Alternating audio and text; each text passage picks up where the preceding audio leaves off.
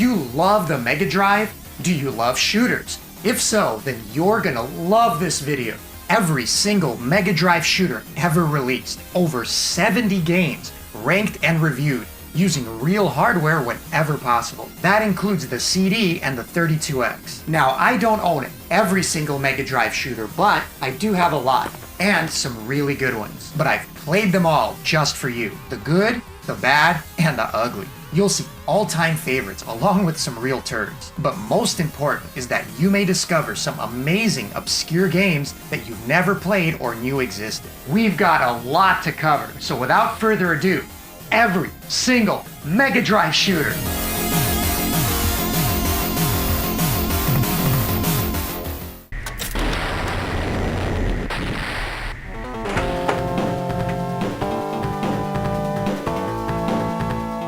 All the Sega 3D rail shooters, Afterburner was my favorite for its crazy fast, missile smoking, barrel rolling action, and it was a solid port on the Mega Drive, capturing some of what made the game fun in arcades given the limitations of the hardware. Sure, the graphics can't even come close, with any kind of scaling, launch, or refuel sequences completely removed. But the great Sega gamepad goes a long way to making the game feel comfy to play. This port was also compatible with the XE1AP, one of the first ever analog home controls, and supposedly made controlling Afterburner a real treat. I reviewed the NEC port not long ago in my Every PC Engine shooter video, and compared them side by side. Long story short, I do prefer that version for its smooth 60 FPS performance, and the more prominent, great music tracks.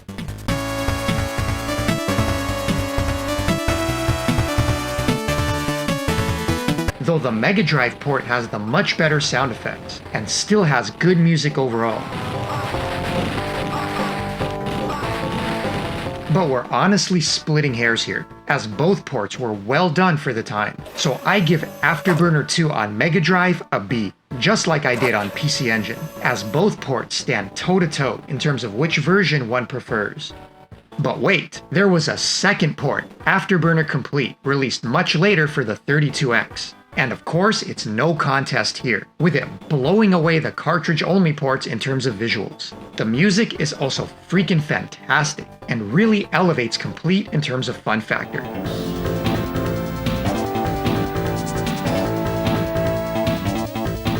But don't go expecting arcade perfect. It's still not on the level of resolution and detail compared to the arcade, and runs at half the frame rate, 30 FPS, versus not just the arcade, but also the older ports. That being said, it's clearly the best of the bunch and a showcase for the 32X. An A-tier port for being as impressive as it is.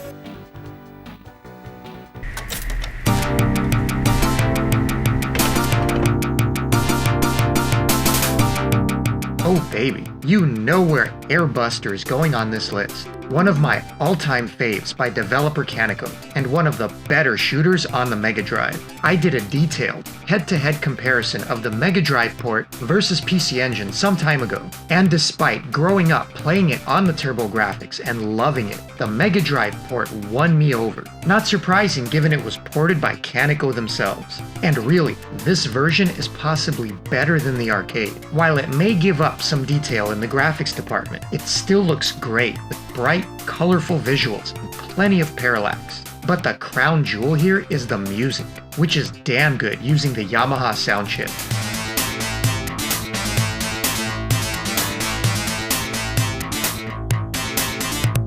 It stands up to the awesome PC Engine tunes overall, level 2 notwithstanding, but exceeds that version in both graphics and gameplay. This port has some loading times between stages to decompress the graphics, and fit so much onto the cart, loading times the PC Engine port doesn't have. But the end results are worth it. Both versions have the infamous space physics on stage 4 and 5, where the game decides it wasn't already hard enough, and makes your ship move with inertia. Oh, and have fun trying to collect all these power-ups that simply explode all over the screen. It's like the developers just wanted to piss you off with unusual gimmicks, but then make a game that's so cool otherwise, you just want to keep playing.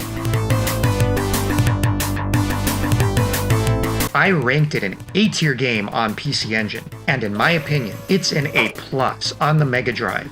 and one of the top shooters on the console.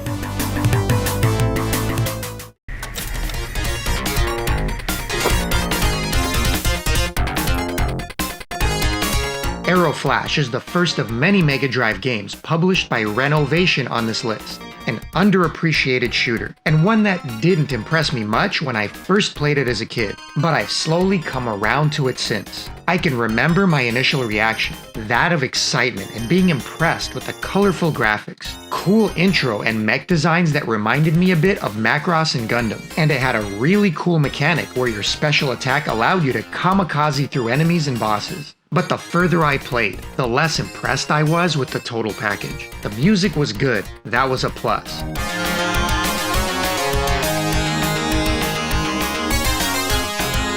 But the gameplay felt a bit generic and far too easy with slowdown throughout. My friend rented it for the weekend and I blew through it on the first or second try, thinking that was okay and cool, I guess. But looking back at it now, I see it through a different lens as being one of the best for beginners. Yes, my criticisms are still valid. If you're a shooter aficionado, the gameplay isn't going to keep your attention for multiple playthroughs. But for many who weren't so skilled in the genre back then, they have very fond memories, as it allowed them to progress farther than normal and get a glimpse of what it felt like to be proficient in a shooting game. I'd recommend Aero Flash to any beginner looking for a Mega Drive shooter to try out, because it does have a good presentation and is solid overall, and the difficulty may be just what the doctor ordered. So while the game overall is average, it's well put together without broken mechanics or glaring flaws, making it a great entry point for novices to enjoy.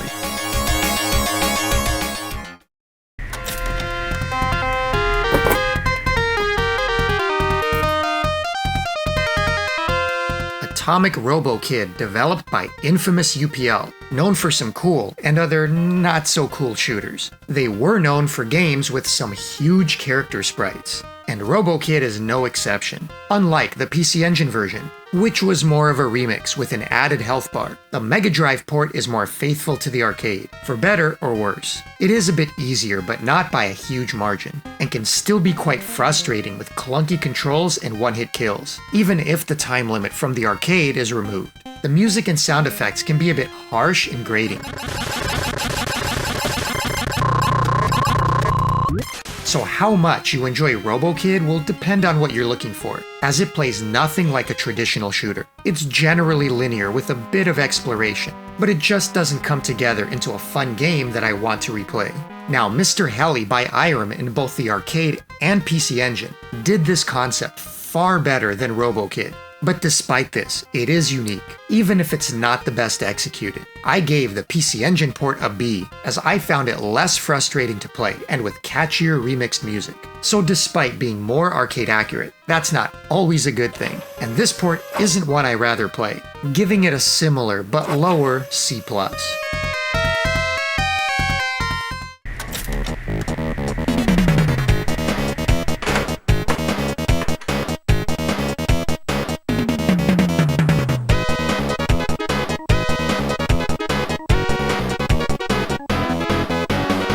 Okay, calling Atomic Runner a shooter is a bit of a stretch. It's an auto-scrolling part shooter, part platformer mix that's hard to place. But it's also 100% awesome and one of my favorite games on the Mega Drive. Released in the arcades by Data East, way back in 1988 as Atomic Runner Chelnov. The later Mega Drive port enhanced the original in almost every way, and turned it into what I consider a criminally unknown classic. One of the rare games that can be replayed endlessly and enjoyed every time. The soundtrack is brilliant from start to finish, upbeat and pumping as you run your way through each level.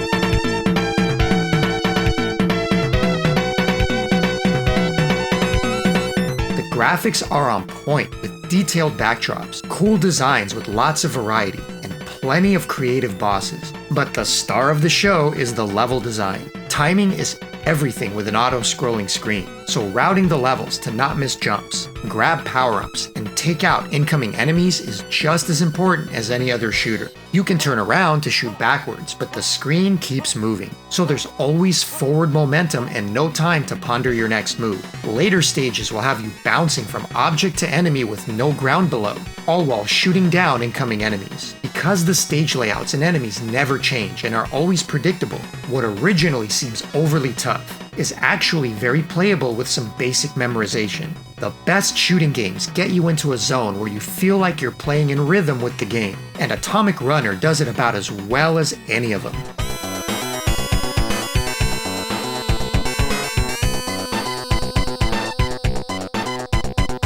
From its presentation and awesome music, to improving on the arcade original and making it the definitive version, it really can't be faulted in almost any way. And it happens to be one of my favorites as well. An easy S-tier choice if there ever was one. Haven't played Atomic Runner yet? I highly recommend you do.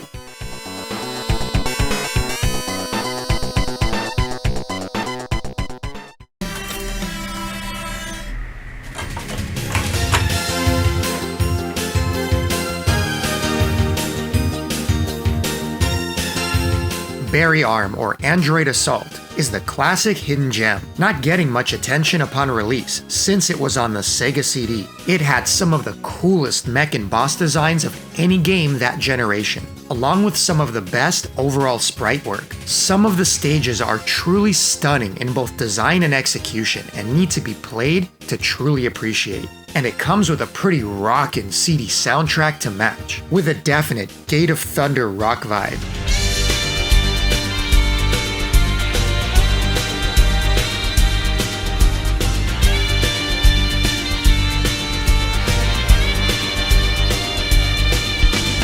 I make that comparison as it looks like a Thunder Force or Gate of Thunder style game, taking many of their ideas along with other popular games like Gradius. It also shares some of their features like adjustable speed and instant respawn, as well as paying homage to many of those games. But it's not often as manic and prioritizes your charge mechanic, rewarding patience and careful dodging to unleash a fully charged shot. Instead of holding down the shot button, it charges automatically when not firing. So you'll often find yourself waiting and weaving, unleashing a power shot, then doing it all again. When fully powered, you transform into mech form with upgraded weapons and the ability to take a hit, which when you do, reverts you back to ship form. The mech has a bigger hitbox and isn't always able to dodge dense bullet patterns, so timing your charge shots and memorization becomes an even greater priority. The bosses are always large and impressive, taking a good bit of time to take down and a real highlight of the game. Just a beautiful looking and sounding game in general, with a pretty unique playstyle all its own. It's not as blood pumping as Gate or Lords of Thunder,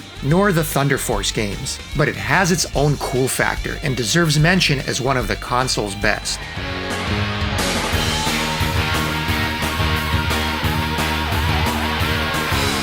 It's fun to play from the opening moments and excellence in execution, and far better than many other Mega Drive shooters that get more attention. Barry Arm is an easy A-tier game, and a must-play for anyone that hasn't.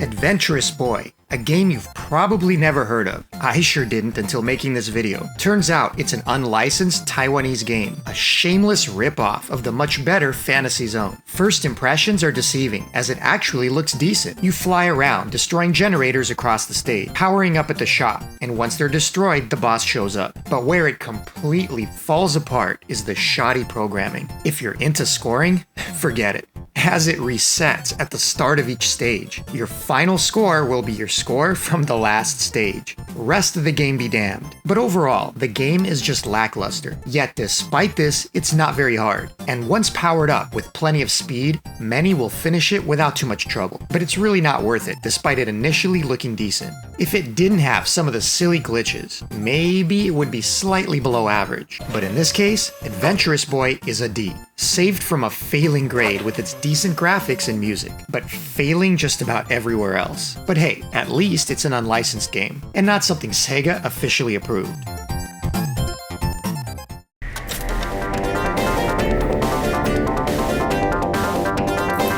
All you need to know about Battle Squadron is right here on this dude's face. The shit-eating grin of the sadistic programmer, eagerly anticipating your reaction to the torture he's created for you. Yes, Battle Squadron can be as obnoxious as it is brutal, but it can also be pretty cool. Originally an Amiga game, you have an overworld stage that loops endlessly, and you'll have to enter the underground areas to progress. Once you do is when the fun begins, and you better be powered up if you don't want to get murdered in short order. There are 3 entrances in total, getting meaner and nastier to the point of literal bullet hell. But if the game was just hard, I'd have no complaints. No, this is where the sadism begins. Making it extra difficult is an absolute shooting no-no. Having you and enemies disappear under foreground elements, making you guess and anticipate their trajectory. Aimed shots will come out of nowhere to surprise you, obscured by the scenery. Not just a random shot here and there, but tons of them, along with the incoming enemies. Apparently, this wasn't the case with the Amiga original, making it a fair if difficult game, one of the best on the system. But this asshole developer decided to just throw in parallax foreground elements because they look cool. It's a shame, as when Battle Squadron is on and not actively blocking your view, it can be some serious bullet hell fun. There's even a really cool menu option to choose both the max bullet count and bullet speed. The graphics are decent, if not on par with the Amiga original. The music is good, even if it's the same track looping on itself.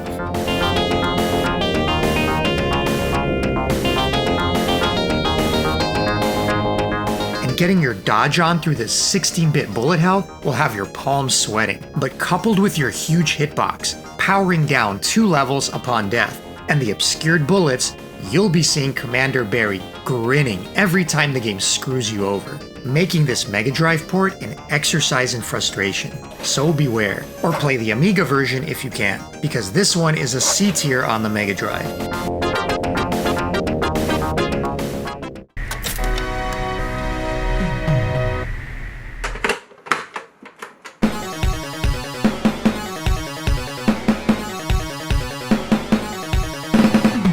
If you've never played Battlemania, known as Troubleshooter in the West, just put it on your list now and make sure you do soon after the video. It's without a doubt one of the most unusual, creative, quirky, and fun shooters on the Mega Drive. Think of it like the old anime Dirty Pair, turned into a shooter, and you'll have an idea what to expect. It oozes that 80s anime style, and there's almost no other like it. No, not Chowaniki funky, but cheesy and loony. All of the sprite work and design are outstanding, and the music is really catchy. And while all of it would be refined even farther in the amazing sequel that we'll look at next, the original game is still a wonderful labor of love by the developers, who you can tell were having a blast making Battlemania everything they wanted it to be. Now, the coolest mechanic in the game is that feeling of playing as 2 characters at once, with you playing as the yellow-haired mania, while your friend Maria can be pointed in either direction to fire. You can also charge a variety of special weapons and use them at will. It can be a bit tough getting used to the very large character sprite, but you can take plenty of hits, and the overall challenge is quite easy. You will need to memorize a bunch of environmental obstacles and stages to make it through on a credit,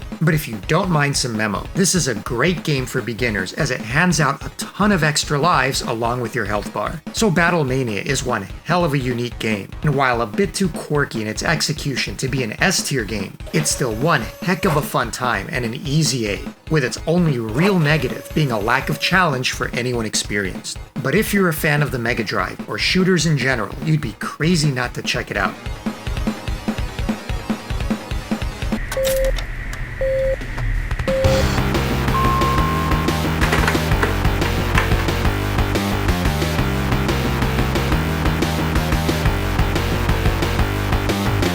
The original Battlemania was so fun it deserved a sequel, and it turned out even better.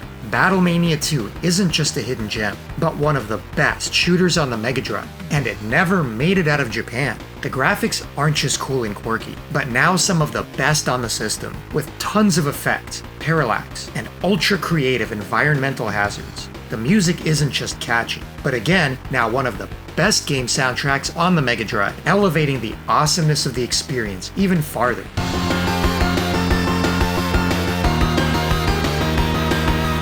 Everything is more detailed, bigger, badder and more fun than the original. One of the coolest stages has Maria driving, while you fire away at the giant ghost whale truck, and all while these weird flying Super Mario ripoffs and other homages fly by, before eventually blowing off his face and heading inside. The stage designs are always impressive and never overstay their welcome.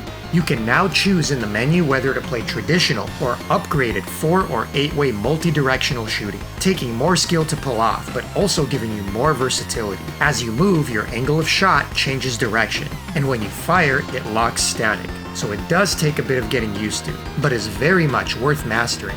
Battlemania 2 is also a wonderful beginner shmup, as the difficulty is on the easier side and rewards level memorization and practice, and it's just so easy on the eyes and ears. That, combined with its accessibility, is one I recommended in my Best Shmups for Beginners video. It's by no means a traditional shooter, so it's not going to be everyone's cup of tea. Everything about this game screams love, attention to detail, and quality, making it an easy S-tier game in the Mega Drive library, and one of the best on the system.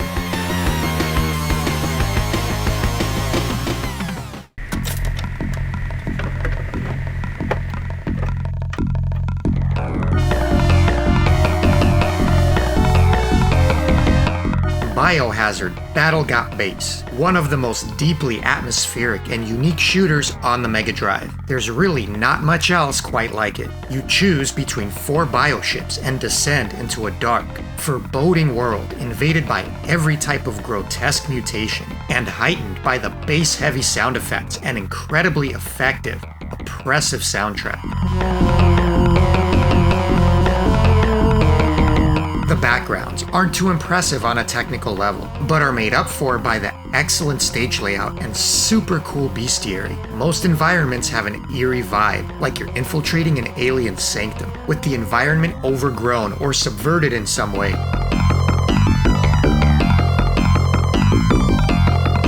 There's also a great sense of progression from stage to stage, with you being dropped from your ship and descending to the planet and city, then into a forest and underground mine, into the oceans, and eventually the core. The enemies run the gamut, remnants of a biological war that raged across the planet, leaving it teeming with mutations of every kind. And the way many come swarming onto the screen, almost darting around, giving them a realistic and unpredictable nature is a very nice touch. I can't stress how much I love the creativity in this game. It's got the feel of a good B-flick, not overly fancy and maybe a bit low budget, but so out of the norm and interesting you want to keep seeing it through. The weapon power-ups affect each ship differently, so it's fun to experiment with the different variants, along with a satellite that moves in your opposite direction, providing more firepower and a barrier from incoming bullets, a key part of the gameplay along with a charge shot. Trust me, you'll want this kick-ass orange homing laser in your loadout for a good portion of the game. It starts out pretty accessible, but really spikes the difficulty toward the final stages, requiring the right weapon loadouts to make it through alive. There's also a bit of slowdown here and there when things get busy, but you'll almost welcome it and it doesn't take much away from the game. So Biohazard Battle isn't nearly the most technically impressive game on the system, but it's one of the coolest and most atmospheric. A game doesn't need to have top-tier graphics and presentation to be a solidly fun shooter, or even be perfectly executed. It just has to be supremely original and replayable. A memorable game one keeps coming back to for all the right reasons. Biohazard Battle is proof of that.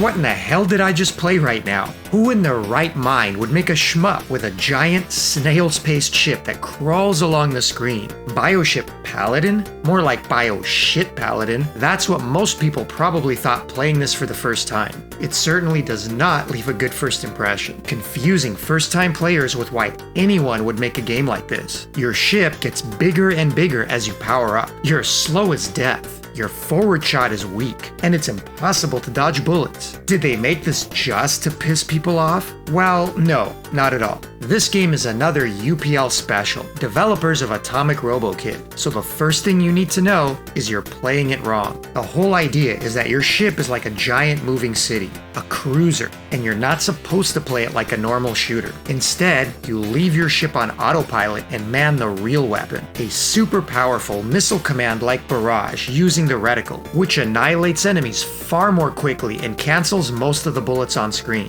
Bioship Paladin isn't so much a shmup as it's a dynamic, slow-scrolling missile command. You can't control your ship and man the guns at the same time, so you steer into safe spots on the screen, then unleash your main weapon and clear the screen, knowing when to have your guns blazing versus packing up shop and moving somewhere else is the name of the game. And once you figure out how it's meant to be played, you may actually enjoy it. Or you may also still hate it, as it's very much an acquired taste. And on the whole, they executed their goals well. There's a lot of strategy involved in placing yourself in the right positions, knowing when to unload and when to move. It's decent to look at and colorful. Even the music has its moments. But in terms of shooters, it's about as unique as they come. It's unusual, it's janky, and it's slow. But it's also, again, anything but average, and deserves kudos for the unique ideas it brings to the table. If you like the idea of a very slow, strategic, and plotting shooter, where you can't really dodge, and will focus on your placement and mowing down enemies like in a rail shooter, then this one may be for you.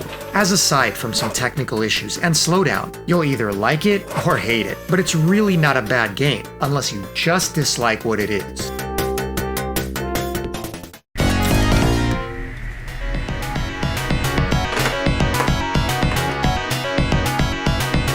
Burning Force may be another Space Harrier clone, but at least it's a good one and probably the least well known. Oh, and that killer cover art, damn. It has some of the better scaling effects on the system and does a really good job of duplicating the arcade feel. No, it doesn't come close to technical marvels like Panorama Cotton, which you'll see later, but it's definitely more technically accomplished than the Afterburner port, having some cool faux scaling. The scrolling and controls are smooth and the enemies varied across stages, and plenty of bosses along the way to keep things interesting, despite the backgrounds remaining pretty static overall. The music is honestly hit and miss, with some of the tunes being quite catchy, but others kind of annoying. The gimmick is hover bikes through the first two areas of each stage, that eventually upgrade into a full-on ship for the final section and boss, giving you more freedom of movement vertically and making those stages the most fun to play. There's also the unique heads-up display, showing your current speed level which can be changed on the fly, along with warnings for incoming enemies from behind. You have various weapon type upgrades, limited missiles, and even invincibility. Extra mechanics that simpler games like Space Harrier and Afterburner didn't have, and it all works out into one of the best and most replayable rail shooters on the system. Now, it's not nearly perfect and hits some serious limitations down the stretch, on the final level especially in terms of what it can even replicate from the arcade, kind of running out of gas toward the end, making for an underwhelming finale, but it's still an overall good game. I was personally never a fan of rail shooters at home, feeling like they lose a lot without the arcade machine and specialized hardware that makes it unique. But it's as good as it can be given the limitations, and a solid port, earning itself a B on this list.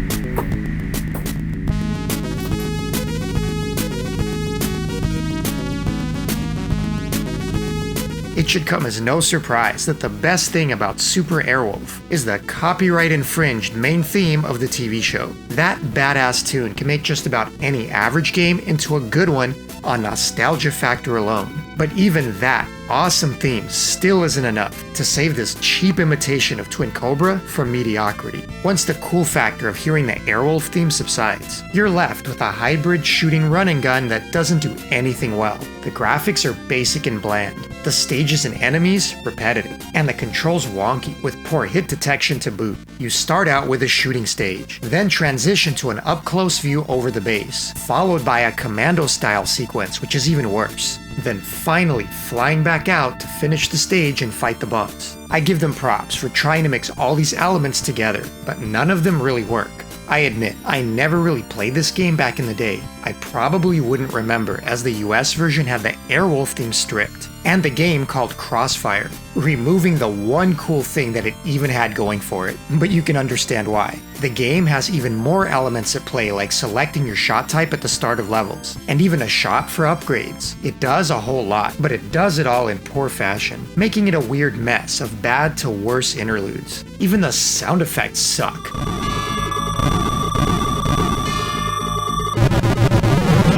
It's not completely terrible, and I'm sure some of you have nice nostalgic memories playing this as a kid. But aside from the music, this game is below average in nearly every way, with janky programming and not many redeeming qualities. The show was awesome, but the game is a D. Just play Twin Cobra and blast the Airwolf theme from your computer speakers instead. This one did not make a success.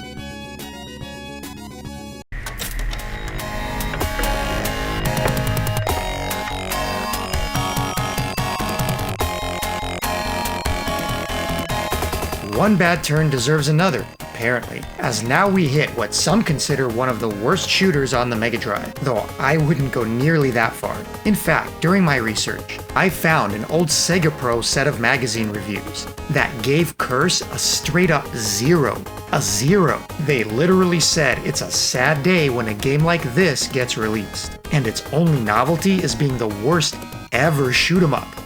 Guess they never played Deep Blue. But then again, they gave Burning Force a crap score too, so I don't listen to that rag anyway. First off, it's got a really competent soundtrack, with some stages being quite good.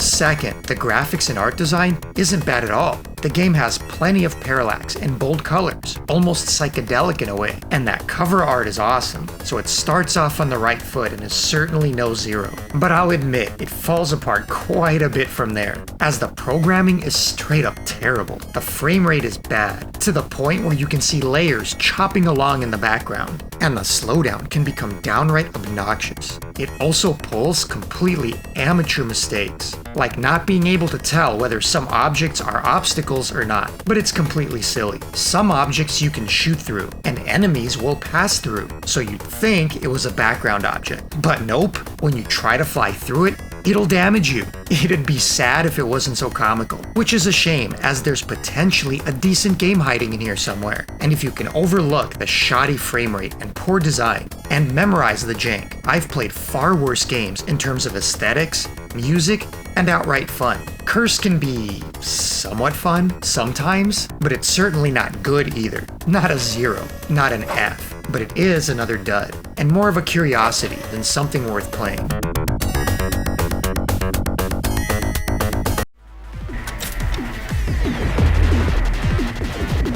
The Cursed Knight is a brand new Mega Drive game just released in 2022. Can you believe it? And one of my favorite channels, Stika, already did a great review for it. So for this segment, let's do something a bit different and show you some choice clips from his review. Take it away, buddy. The game is a mix of a shmup and a platformer, with the platformer bits being heavily inspired by Metal Storm for the NES. Well, actually, the Cursed Knight has a lot of different genres mixed, but I'll get to that in a second. So in the platformer sections you can run, jump, double jump, shoot, and slide. The controls are kind of like Mega Man in that regard. And my first impression of the game is that, I'm not loving this. It's a competent shmup, I guess, but it's also kinda slow and boring. Couple that with the slow enemy bullet speed and the relatively low number of enemies on screen, and it all just feels kind of bland, to be honest. Even the visuals are kind of not really doing it for me. But now here's the thing, this game gets better. Once you reach level 3 and onwards, it's like the game does a 180 flip. You also have more enemy variety, more health and weapon pickups, and you even get a third weapon pickup, which can also be upgraded, making both the on-foot and the shmup sessions more fun as you switch between weapons Radiant Silvergun style. Not to mention the bosses get more interesting with more complex patterns and gameplay mechanics. Hell, even the music got good all of a sudden. And then you keep on playing even more and the game gets even better. And look at this! Now you're even further inside the beast, fighting these monsters within, and then you get to this boss fight, and what is going on here? The first two stages were long, dull, and uninteresting, and then it becomes an okayish game, then pretty interesting, and suddenly it gets really awesome. And then after that you have the best shmup stage in this entire game. What is going on? I'm so lost right now. I don't know what's happening anymore. Like, remember that Akira bike we saw before? Yeah, you actually get to ride that, which is pretty awesome. And you get to view it from the side and the back. And some of the bosses look like they could have been the cover art for a heavy metal album. So, is the game any good? Well, a third of it is not that great, a third of it is pretty good, and the final third is amazing. Overall, The Cursed Knight is a mediocre, good, and amazing game all at the same time. It's an inconsistent experience that is honestly just shy of true greatness. Thankfully, the good parts more than make up for the bad ones.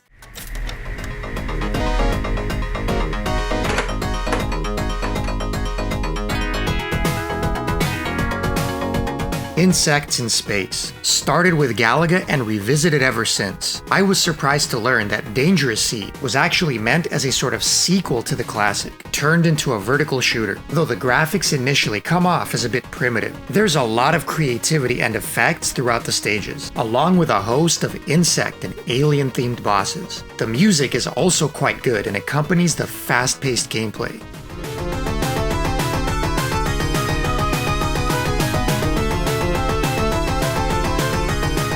Tries to be unique, with a sort of Terra Cresta-like system, where you gain new attachments to your ship as you progress through levels. Each can be swapped into the lead, changing your firepower and strategy. It doesn't have nearly the impact of the Cresta games, but does serve as a way to take extra hits before death. In fact, the game can be pretty easy overall, with each ship giving you 3 hits, and with 3 ships stacked, giving you 9. Add in the very generous bomb drops throughout, and it's a casual playthrough. As long as you can remain mostly sped up and powered up, you can bomb and coast through much of it, and melt most bosses in no time. So the combination of easy, sometimes repetitive, and simple gameplay won't appeal to everyone, but I admit that I dig it. It's nothing sensational, but solid, fast shooting with good variety and catchy music. Almost reminds me of an early PC Engine style caravan shooter with a bit of Cresta flavor.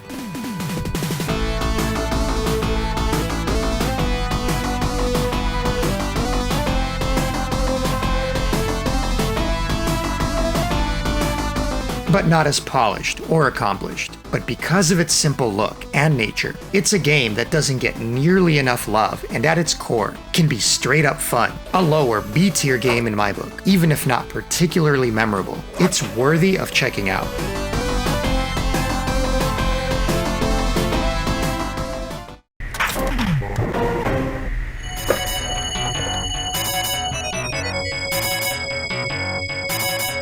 Darius Extra version is bar none the best and coolest home port of the original Darius around, and rightfully so, given it's a new project only released in 2019. What started as a fan-made game got picked up by Taito and M2 and ended up being a fully fledged, amazing Mega Drive port, first released on the Mini, then given its own physical release on cartridge. Extra version now has 3 modes: Old, New, and Extra, with Old being the arcade original along with the tankiest bosses, while New tones it down a bit, but Extra mode makes it the most accessible, integrates respawns instead of checkpoints, reworks enemy patterns across stages, changes up the bosses, has multiple difficulty modes, and actually gives you 3 credits to learn the game, versus the originals not having such mercy. Like the PC Engine port, you get all 26 bosses now, including those from Darius 2, and the cart even has boss rush modes for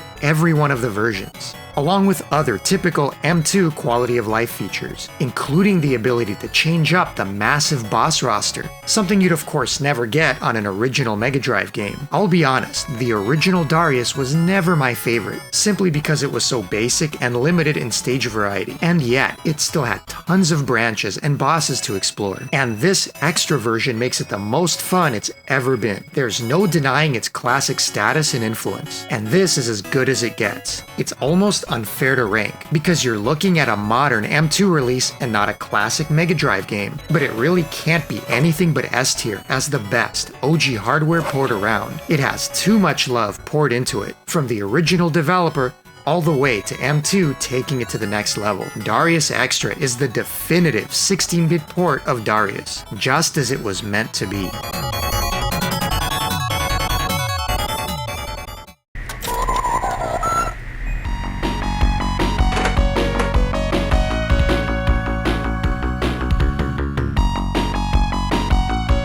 Now, Darius 2 is an original Mega Drive game and not a modern remake, and while clearly not as inclusive as the original Extra version, is still a solid port of what, in my opinion, is the best of the original games prior to the amazing Darius Gaiden. It takes everything that made the original a classic, and improves the graphics, variety, and bosses. Yes, it still has that don't die style of gameplay, as ending up with a basic pea shooter will most certainly spell your doom, and have you starting over. It takes so long to fully power up that once you finally do, it's kind of a reward to see the destruction it causes. Thankfully, this home port isn't nearly as brutal as the arcade, so many will find it more accessible to enjoy and learn. Aside from the lack of co-op versus the arcade, it does a very faithful job of recreating the experience given it's limited to a single monitor. The problem for me is, the PC Engine port Super Darius 2 has been my favorite of them all for some time, as despite being less arcade faithful on purpose, it adds so much of its own and becomes a game I like even more, by not completely powering you down at death,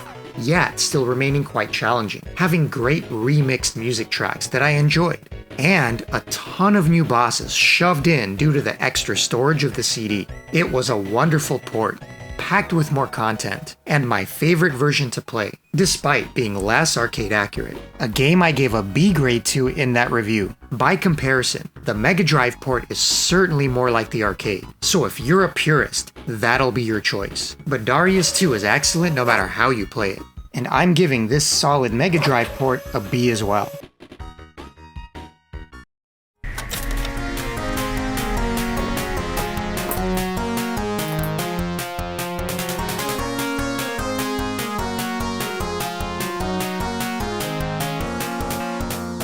Bet you've never heard of Darwin 4081, and one look at these graphics will have you thinking, oh god, here comes another cheap dud. But believe it or not, you'd be mistaken. Okay, not about the graphics, they're pretty lame, but that's because the game is actually a port of Data East's Super Real Darwin back in 1987, so the visuals are actually quite faithful to the original. The music isn't bad either, actually improved over the arcade and fits the game quite well.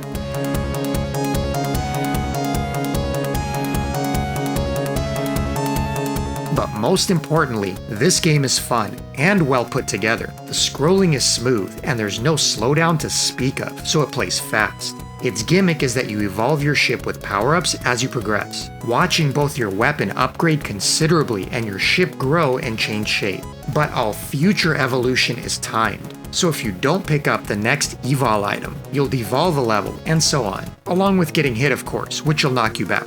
There's even a second level of evolution called B-Evol, applying another upgrade based on your current state. That, along with ground bombs, making it play a good bit like Xevious, only faster, makes up the core gameplay. Another feature are these DNA pickups, which depending on how many you can stock, will actually power your ship right back up after death, so you're not stuck with an immediately weak ship. As usual, Data East has a lot of cool ideas going on. Now that's not to say Darwin 4081 is a top tier shooter, but it's far better and more solid than it looks, so there's lots of enjoyment to be had if you can look past the lackluster presentation. But a B tier shooter for me, and worth checking out if you value tight gameplay above all else.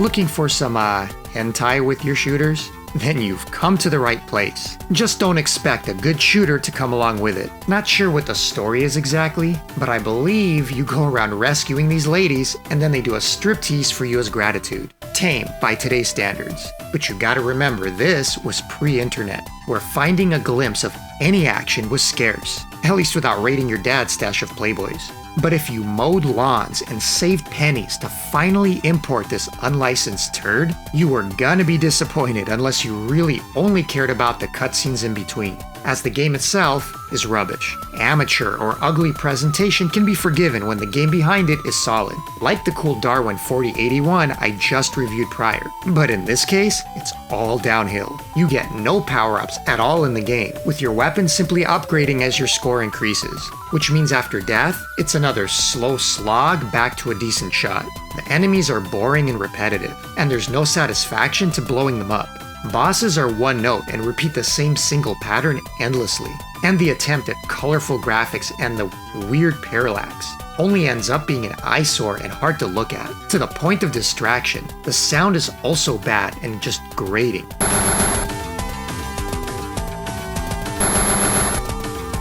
The only positive, if you can call it that, is that the game is on the easy side, and once it does get harder, you'll likely have acquired a good bit of extends, so you won't be beating your head against the wall or enduring tedium and frustration trying to slog your way through. It'll be a quick, boring experience, probably like your first leg, or at least that's what she said. Divine Ceiling is simply amateur, lazy, low effort, and unfun. An absolute F, if there ever was one. And you know what? I'll add in a plus for the naked chicks. But that's all it's getting from me. Maybe if I was my 12-year-old self, it'd rate higher for the sheer novelty. But if you want at least a half-decent shooter with some hentai, play Steam Hearts on PC Engine instead.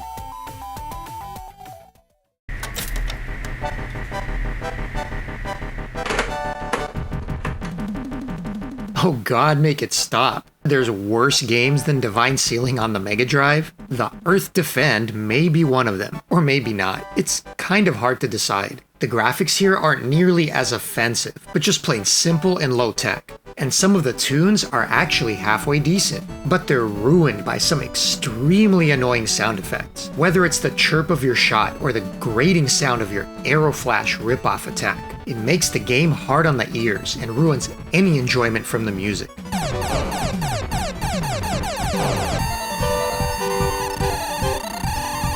But the big offender here is the shoddy programming, inducing constant slowdown, triggered easily without almost anything happening on screen. The scrolling and frame rate will constantly fluctuate from okay to choppy anytime the screen gets remotely busy, like they forgot to enable the blast processing switch on the inside dash. If you were a Mega Drive owner that wanted to get a taste of playing some of those early, slow-down-ridden Super Nintendo games, the Earth Defend was the one to pick up. Only some of those Super NES shooters were still really good games, despite their crippling slowdown, with gorgeous graphics that slowed the system to a crawl. In Earth Defend, there's nothing to justify the slowdown, and it doesn't take much to have you playing like you're flying through molasses. The bosses are either easy and die quickly when powered up, or take forever and get monotonous if you happen to die and are trying to kill them with no power. Apparently, this company, Realtek, has a reputation for making some crap, unlicensed games. So be warned. If it were just lame and boring, I'd be willing to cut it some slack. But the ridiculous slowdown shoots this one down into F territory. I've played worse, but it doesn't deserve a passing grade.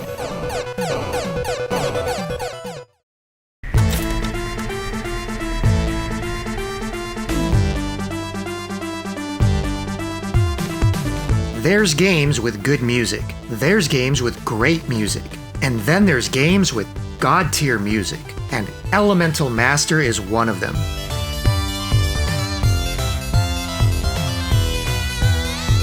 A ground-based shooter by Technosoft, with arguably some of the most incredible music of the 16-bit era, Elemental Master simply rocks.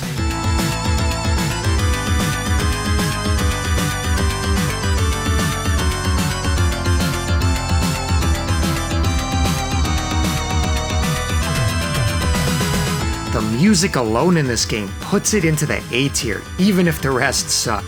Thankfully, it doesn't. You might say the graphics are the least standout part of the game, at least in terms of what we're used to from Technosoft. But even then, they're solidly above average. That doesn't include the cool intro and ending. which really adds to the game's story and character, and is still memorable today. But Elemental Master is truly great because of its fast-paced, fun, and fluid gameplay while rocking out.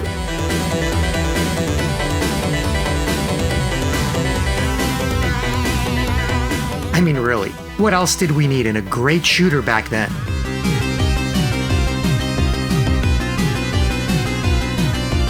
You get to choose the order of the initial stages, and completing each one grants you a new elemental power, with the ability to cycle through them at will like in any Thunder Force game. The A and B buttons let you shoot bidirectionally, either up or down, making the entire screen part of your play area. And all of the upgraded weapons have a charge shot. That's an integral part of the gameplay. I also love the magic mirror item that creates shadows, trailing your moves and boosting your firepower until you take a hit. Once you've worked your way through the first 4 stages, you're a properly powered badass and ready for the final stretch.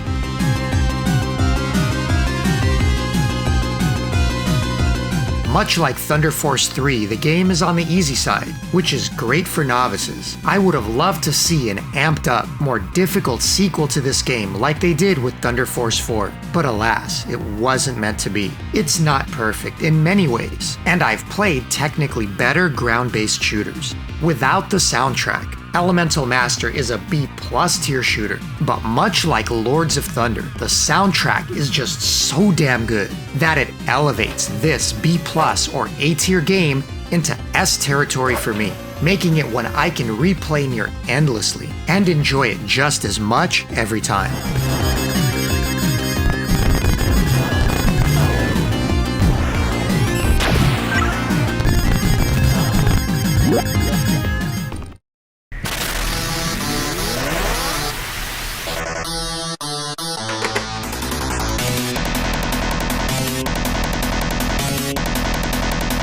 Eliminate Down is the Mega Drive shooter that you absolutely need to play.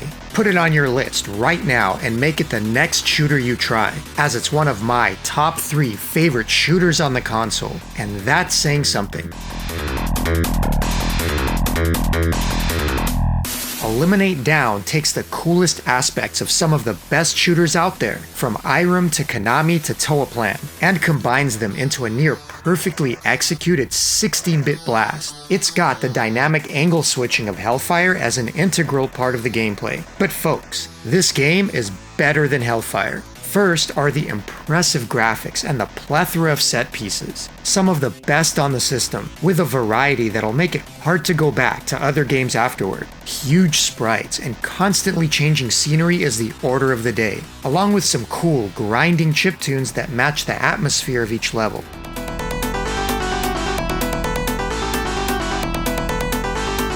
Check out the attention to detail in this asteroid field, where the floating spacemen hide an alien worming their way out of the corpse. And yes, that is a pulsating face growing out of that alien's crotch, and launching green gobs at you. But ED isn't all spectacle, with the gameplay being absolutely on point. It does happen to be one of the most difficult shooters on the system, but in a very fair way. Everything about the challenge is perfectly executed, with echoes of both R-Type and Thunder Force approaches to game design. The kind of game you can enjoy learning and improving upon, wanting to see farther because every new stage and boss is just so damn cool. It does require memo like some of the best, clearly programmed by a team that knew how to make a great shooter. The developer Apronet is a complete unknown, so I always wondered who they had on staff to put out such a great game. Sure, there are moments of slowdown when things get very busy, but that was par for the course in the 16-bit days, and is almost welcome when the bullets are that dense. A small price to pay for these incredible visuals. The physical cart is so rare it goes for over $1,000 these days, and it's one of the rare cases where at least you get a game that delivers the goods in every way. The music is possibly its weakest point, having some standouts while also having some less memorable tunes, and is the only reason you don't see a plus at the end of this score. But aside from that, Eliminate Down really couldn't have been much better, and is an easy S-tier game in the library.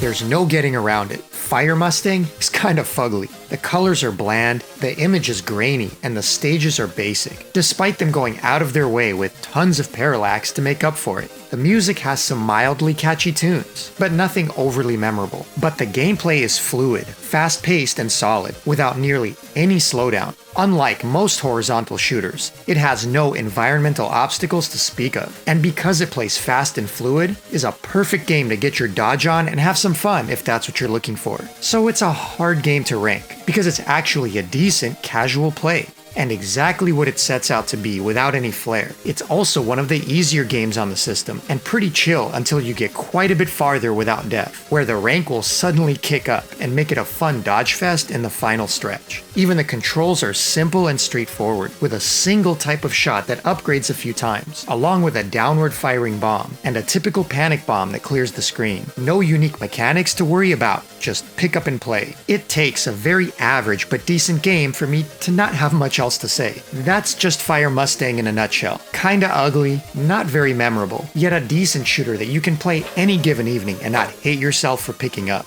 A straight up C-grade shooter on the Mega Drive, but a decent one.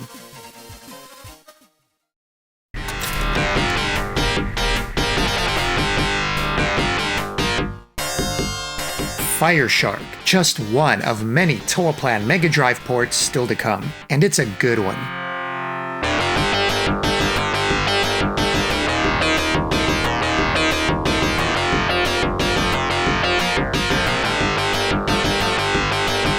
You may even find yourself preferring it to the incredibly brutal arcade version, with a difficulty not even a mother could love. Fire Shark on Mega Drive takes everything that's cool about the arcade original and makes it accessible for the masses. The music is still Toaplan badassness. The graphics are without a doubt a step down and can't match the arcade, yet still look good with a lot of color and effects throughout. And of course, the iconic flamethrower is here in full force and more powerful than ever compared to the arcade. Yes, compared to the arcade, this port is downright easy. But in the grand scheme of things, the overall console difficulty is average and a good fit. It's really hard to complain when Toaplan themselves do their own port and are able to not only capture what makes the arcade cool, but adjust the difficulty to something most can enjoy and still find challenging. The slowdown is minimal until things get really hectic, and the cut down vertical resolution to fit a 4x3 screen doesn't feel like it makes the game unfair. And yes, it still retains the incredibly annoying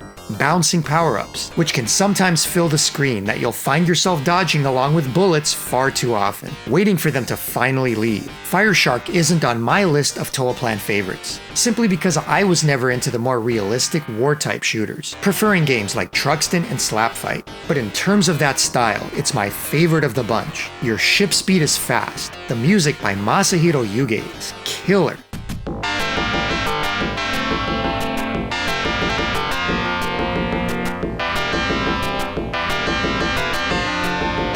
and the game gets properly hard once the rank gets up there. This is a great port and an easy A in the Mega Drive library.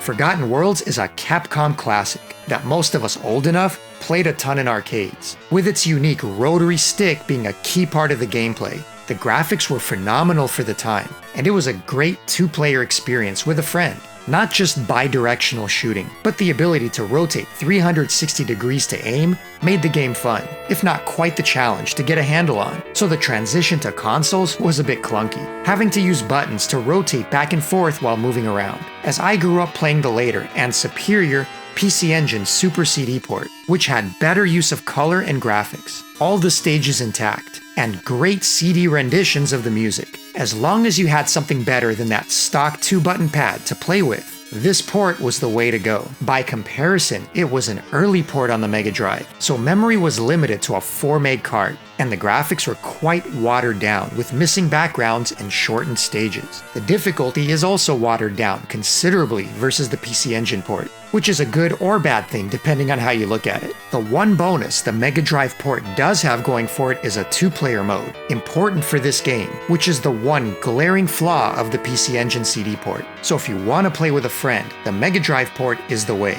But after playing the great looking and sounding, complete version, it's hard for me to go back to this one. It was decent for such an early release, and the game itself is quite good, so please do play it somehow. But having given the PC Engine port an A rank in my review, the Mega Drive port is a B rank at best by comparison, simply for being so cut down in content versus the arcade.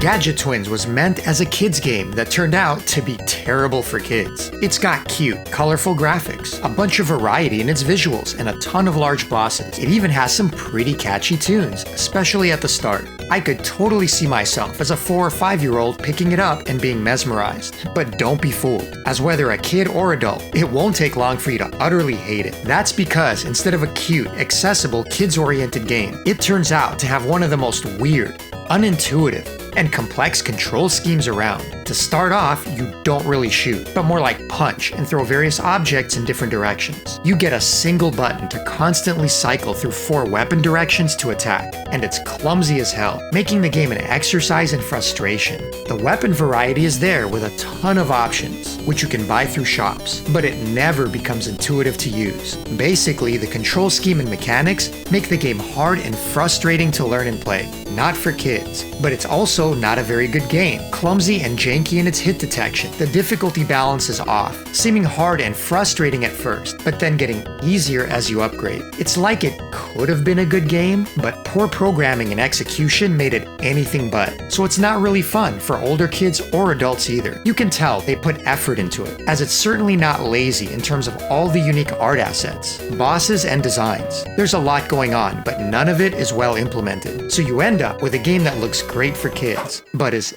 anything but below average and not really worth your time.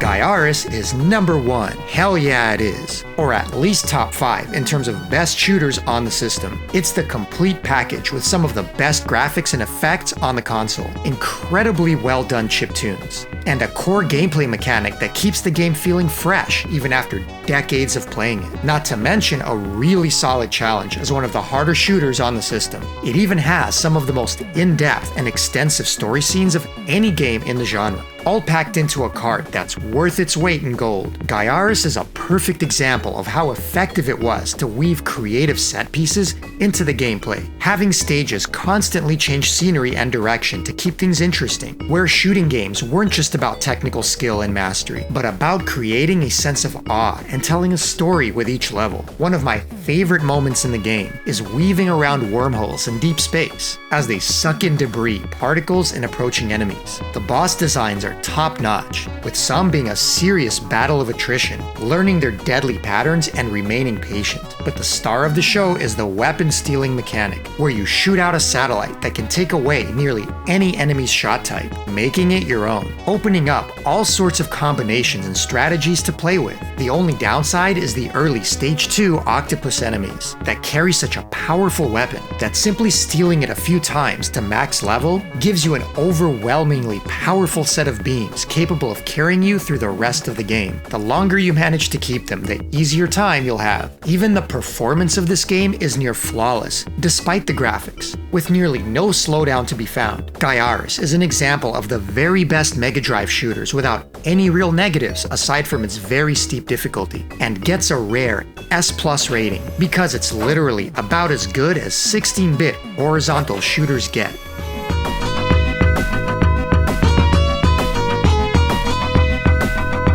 Competing with Thunder Force 4, even besting it in some ways depending on your preference. Konami snubbed Sega, so they never got any Gradius ports. But GAIARES is right up there with them. If you love the early Gradius games, this is a must-play. It's not just the best of the Mega Drive, but of the 16-bit era as a whole, and one of my favorite of the generation.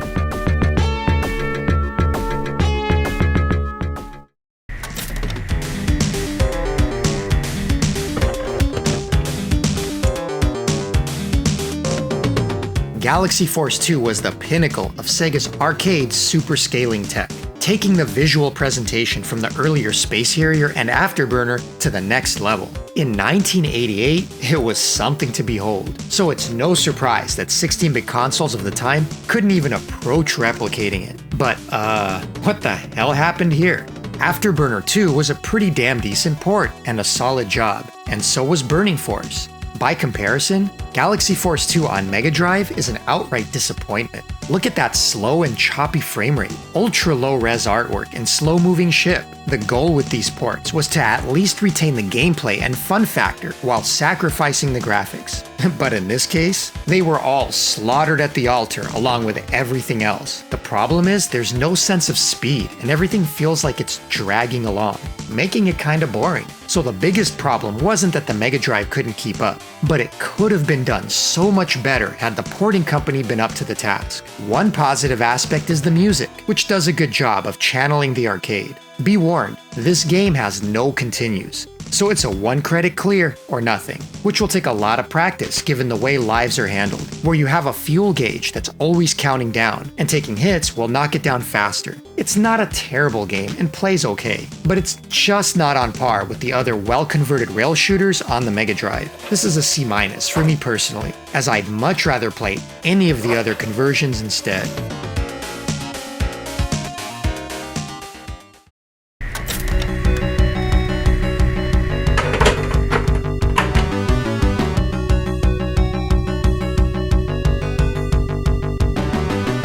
Lancer is one of the best beginner shmups a novice can pick up if they're looking to get into the genre, not only because it's generally quite easy on its default setting, but also because it's cool enough that it'll keep you coming back. It'll immediately wow you with its visuals and parallax from the opening stage, and it keeps it up through most of the game with stellar levels and tons of variety, with only a small handful of slower, less successful moments along its 11-stage journey. Yeah, that's a lot of stages for a shooter. It'll also keep you engaged with its knockout soundtrack.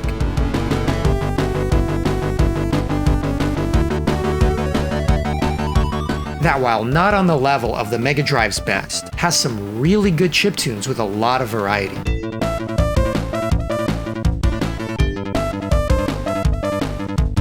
And to top it off, it controls and plays like a dream, with no slowdown to speak of. You even get a cool intro and some cutscenes throughout the game. At the outset, you can choose your option configuration from a list of several, with the homing search option being a good choice for beginners. And when I say it's pretty easy, I do mean that. So if you're an experienced player, don't expect to take more than a few playthroughs to grab an all clear. But for an entry-level player, it's simply perfect, as it's not that easy, and will make you work for the clear without feeling insurmountable. The checkpoint system is also really well done, with locations that are rarely difficult to recover from. So Lancer is a top-notch game, and great for most skill levels to boot. I admit it's a bit slow-paced for my personal taste, but it's still another A-tier game in a loaded library, and a must-play.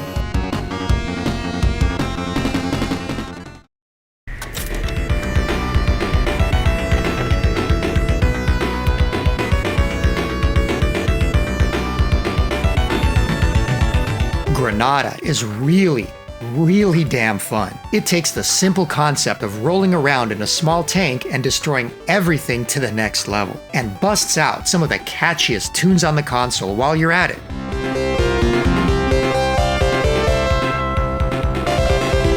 Not only is the music great, but so are the effects, with your weapons and explosions sounding properly meaty, with lots of mid-bass.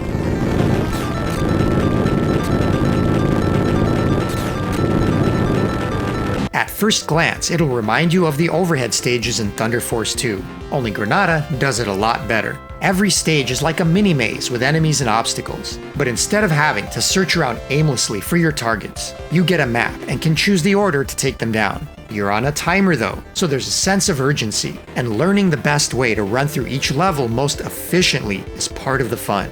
Being a tank, you can easily lock a direction and strafe, with a variety of weapons that let you pull off cool tricks like shooting around corners to avoid direct fire.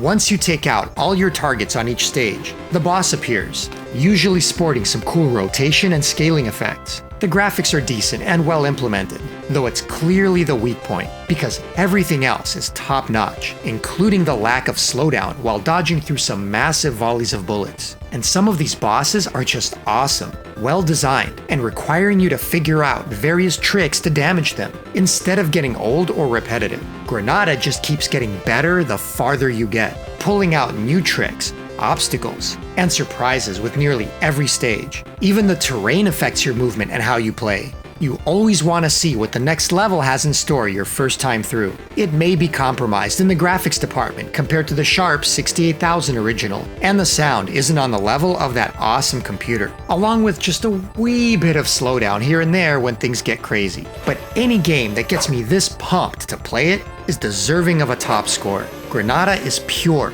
grade A chaos, and I love it.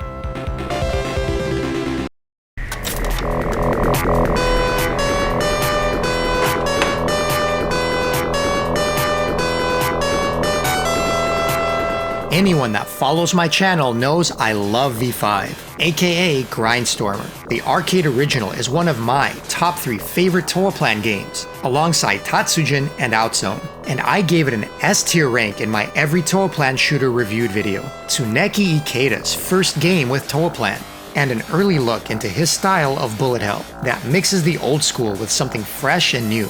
The spread and focused shot of Donpachi, controlled here by locking your options in place based on movement. 2 styles of game, the original V5 with a Gradius-like power-up system, and Grindstormer with a simplified bomb-only setup. Art design by Naora Yusuke of Final Fantasy fame, and a kick-ass soundtrack by Masahiro Yuge. So how does the Mega Drive port stack up? Not bad at all actually, and I'm a fan. In fact, it's quite a technical achievement trying to replicate the arcade, and often buckles under its own weight trying to pull it off. The graphics take a hit, which is expected, though they're not bad by any means. The sound, however, is a bit of a mixed bag, as you'd think it would replicate the Yamaha sound of the PCB really well. But something about it is extra shrill and harsh, much more so than the arcade. The music itself by Yuge-san is awesome, but the way it's implemented on some stages here is borderline hard on the ears.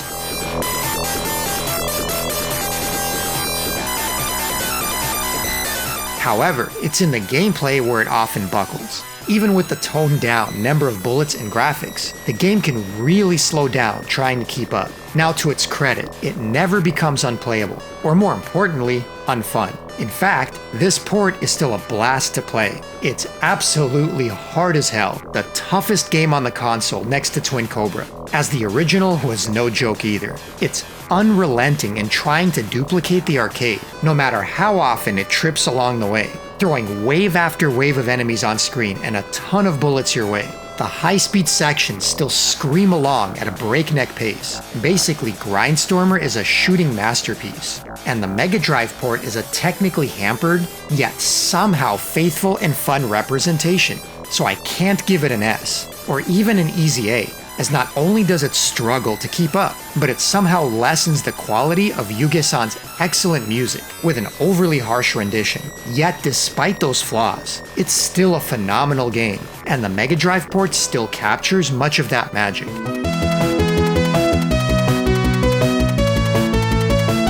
For biting off more than it could chew and still coming out solid, I'm giving this one an A-, as despite its flaws, it's still one of my favorites on the system.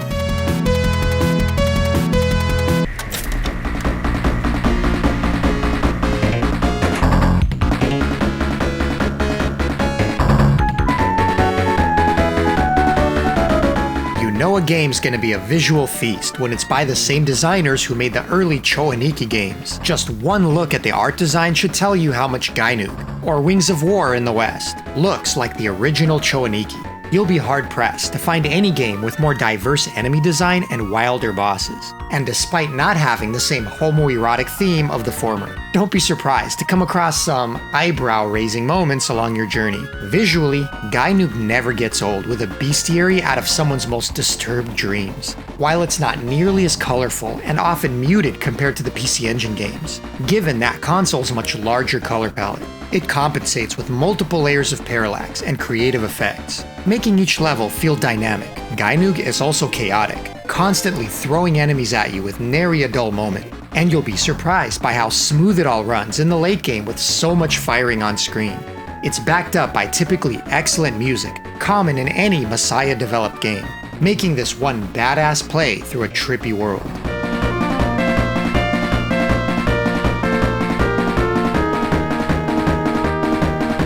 In fact, there aren't many Mega Drive games that sound quite like it, with a cool combination of sound effects that throw back to the Sega Master System 8-bit days.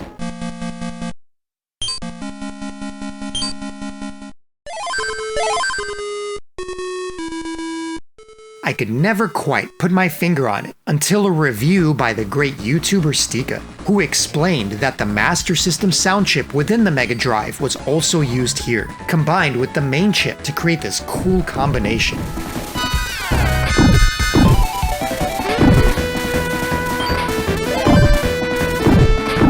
In terms of gameplay, Gainug is more technically accomplished than Choaniki, making for a more balanced and satisfying experience. It's more difficult overall, especially toward the end, but starts out very fair and lets you get accustomed to the game. Blue and red orbs power up and modify your main weapon, while several special weapons that you grab can be stocked into 3 slots.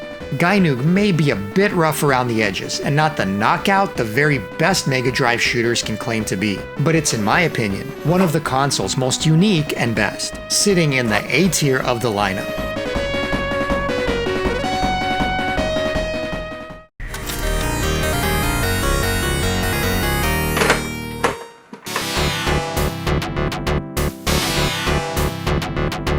Heavy Unit wasn't very good on the PC Engine, and it's not very good on the Mega Drive either, only for completely different reasons. The graphics here are much better, with larger sprites and more colorful overall, while taking design liberties with the stage layouts themselves. In fact, the game is quite a bit different from the arcade, which was a brutally tough but cool game by Kaneko. The Mega Drive port is far easier, which again isn't necessarily a bad thing, but it's easier to the point of boring.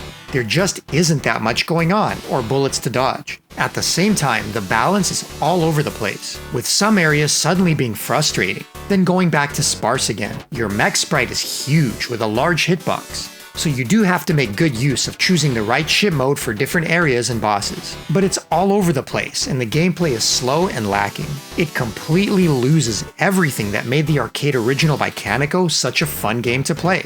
On the flip side, while the PC Engine port was ugly, and that's putting it nicely, the gameplay was faithful to the arcade, almost to a fault. It was extremely tough from the opening stage with a serious learning curve to overcome. Yet it's leaps and bounds more fun to play for that reason. You've got tons of bullets coming your way, and is a game that experienced players can sink their teeth into and enjoy, if they can ignore the pretty terrible visuals. So it's a better game on technical terms and as a shooter. So as I said before, neither are good. I gave the PC Engine version a C, and I'm giving this one a C as well, as despite the much improved visuals and even improved sound, it's just wasted potential on what's otherwise a slow and below average shooter. A shame, considering how good it could have been with the right team behind it. As if they'd stayed more true to the arcade and kept it interesting, simply toned down the difficulty. They could have had a winner on their hands.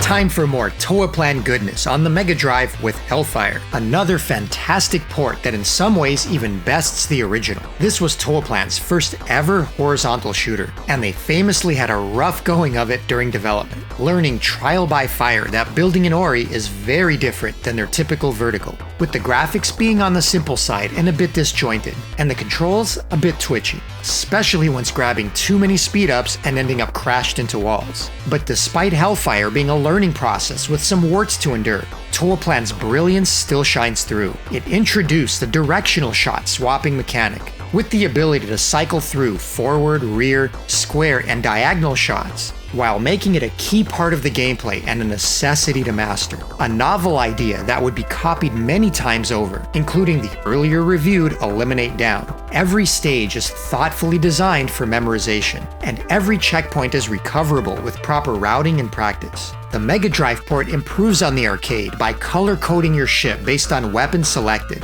making it even easier to know your current weapon. The music is, of course, typical Toaplan goodness, with the opening stage theme a classic, burned into our memories.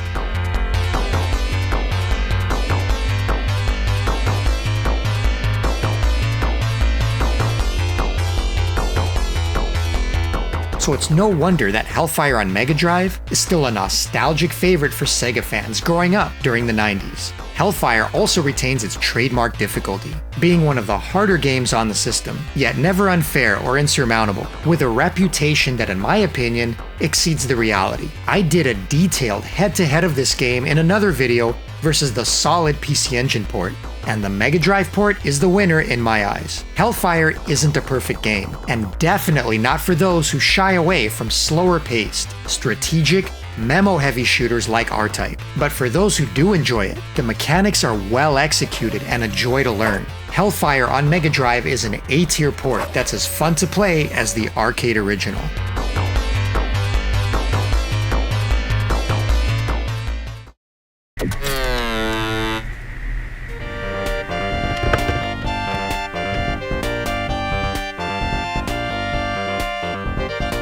The odd thing about Insector X is how it doesn't take much advantage of the Mega Drive's graphical strengths. Not that it looks bad, but it's so flat looking for a Mega Drive game, it's kind of surprising. How often do you see one without a single layer of parallax to its name? Yet that's the case here, ported from the much more cartoony arcade game. All the insect designs and backgrounds are colorful, with the bosses standing out the most. Just don't expect any impressive effects along the way. What you do get is a pretty run-of-the-mill but solid shooter that doesn't do much aside from its theme to stand out. Developed by the same studio that made the really fun Cloudmaster, which I reviewed on PC Engine.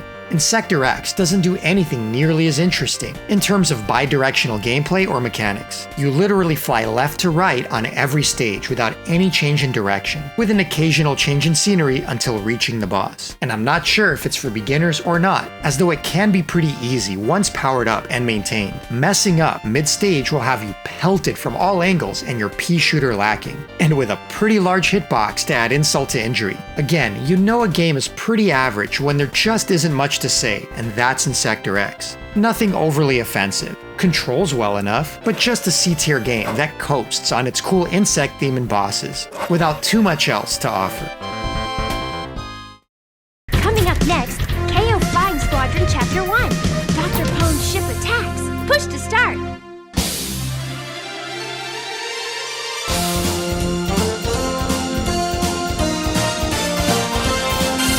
The Sega CD didn't get too many shooters, but what it did get were almost universally good.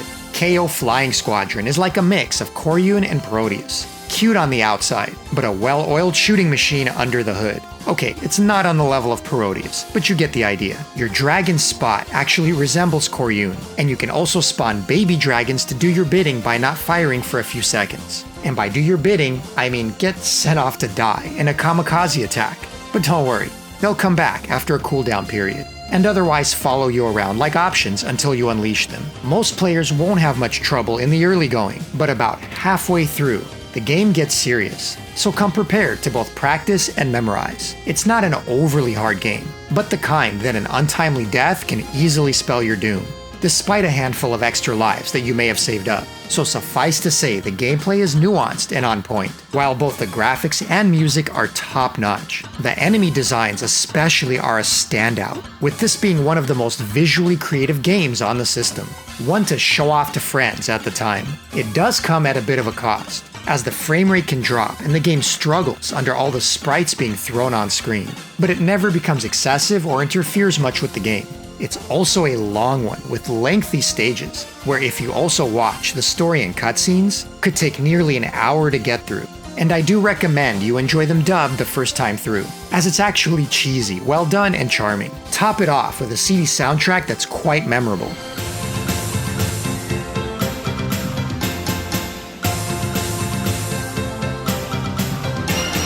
reminding again of Parodius with lighthearted and whimsical tunes. And you've got one of the better shooters on the system, though a bit slow-paced for my taste. It looks great, and the CD soundtrack is a highlight, but it puts it all together to create the best shoot-'em-up on the console, offering a balanced challenge that'll let you progress early, but start to punish you midway and beyond until you learn the game. It doesn't cross into S tier, but is easily another A tier game on the Mega Drive. Just don't try and look up the price of the US physical game, unless you're ready for a sticker shock that'll likely dwarf the cost of your entire collection.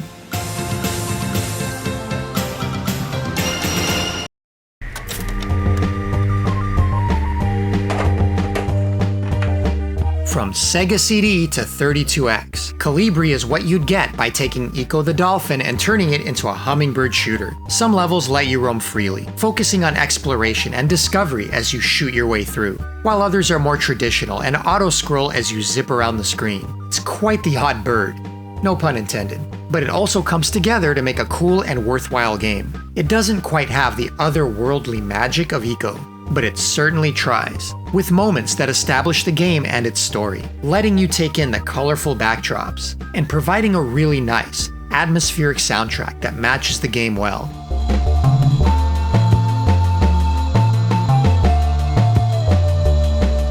But there's no text to speak or direction, so don't expect another Eco game. You'll be finding your way through stages by trial and error without much guidance, and don't expect the typical shmup. But also expect a very long game, about 20 stages and plenty of content. Thankfully, the game has a password system, so you can pick up wherever you left off. While it does put a heavy focus on shooting and dodging, it's not the easiest to control by design, since you are a hummingbird, and never static but always slightly buzzing around. It definitely takes some getting used to, with the later stages being quite challenging to maneuver. Another issue is the occasional slowdown, which while expected in most games, isn't really acceptable on the 32X, without all that much happening on screen. But if you're playing Calibri, it's not for the traditional experience anyway. It's for this combination of exploring, shooting, and just enjoying the sights and sounds along the way that make it unique. And on that front, it certainly succeeds. Not really a great shooter per se, nor really a deep action game like Eco, but it's cool, atmospheric, and unique, and a game I'd recommend trying if it looks interesting. For the record, I'm a fan of Eco and would have ranked that an A, despite its flaws, but Calibri is at the low end of the B tier for me.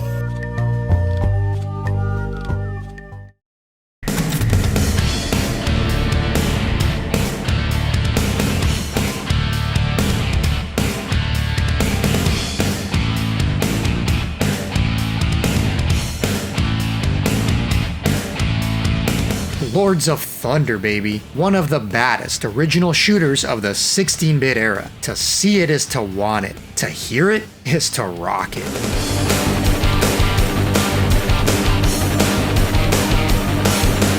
At least that's what I called it in my PC Engine review. One of the most killer original shooters on that system, developed by the same team that brought you Thunder Force 3 and Gate of Thunder. But that was the original game, whereas the Sega CD version is a port. So how does it stack up?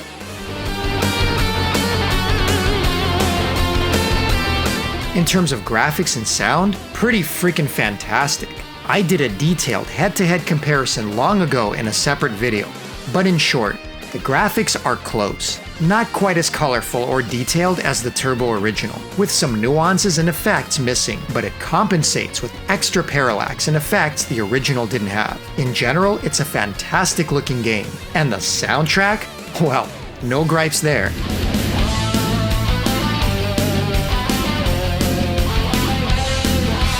They took the original amazing music and remixed it for higher fidelity. Where the original was raw and harsh, the Sega port is refined and studio grade. And while I may prefer the original for nostalgia's sake, there's no argument at all that these Sega tracks are amazing and just as good.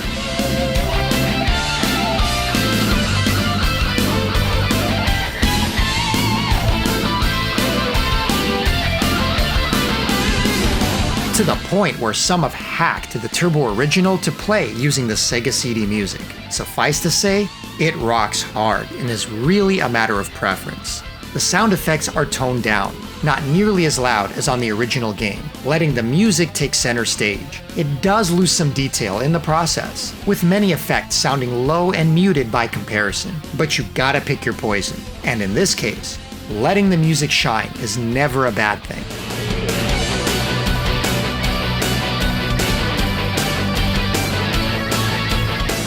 Amazing, right? Here we go, S-tier game all the way. Not so fast, my friend. It's the gameplay where, in my opinion, the Sega CD port drops the ball.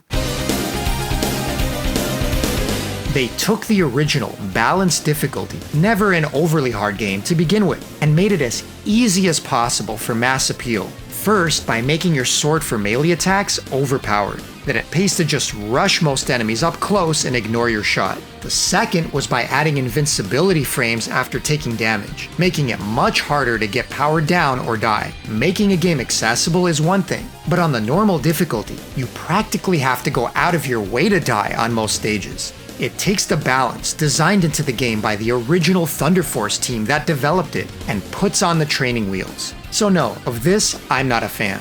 Yes, the PC Engine original has faster, tighter, and more challenging gameplay, but that doesn't make the Sega CD port chopped liver. It's still a great looking game with god-tier music.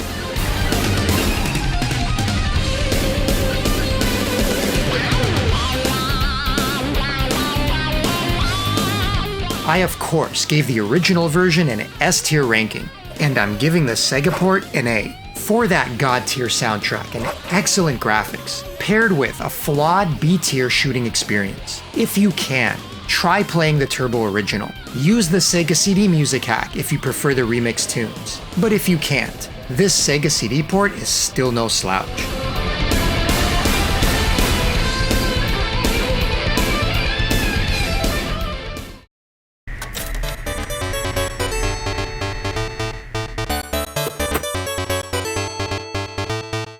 Magic Girl is another unlicensed game, brought to you by GameTech, the same team behind the subpar Adventurous Boy, and follows directly in its footsteps. This time a vertical shooter with some seriously odd, choppy scrolling and movement. The graphics aren't half bad, colorful with some added effects, and the music is alright, though the sound effect of your constant shot gets pretty annoying and interferes with any enjoyment you'd otherwise have. But it's that choppy motion and frame loss that makes it awkward to play, and likely to even look at. The clouds and rain clearly chop along the screen, almost jumping around instead of smooth movement. But the real problem is the bullets do the same, which tend to sneak up on you faster than you'd expect and takes getting used to. That also includes incoming enemies, which can easily ram you without notice, especially coming in from behind. So Magic Girl is a game that looks decent on the outside, but is otherwise kind of dull and repetitive in terms of enemy waves and design, on top of being a bit of a mind screw as you struggle to adjust to the way the sprites move, which is a bit of a shame, as if that one glaring technical flaw were fixed, you'd have an unremarkable, but at least average Q-em-up, something the Mega Drive has in short supply, though you play as a witch. Cotton, this is not. It's ultra rare and the physical game is practically impossible to find for collectors. Magic Girl isn't horrible, and if you can get used to the frame rate, actually playable, but it's a D-tier game nonetheless.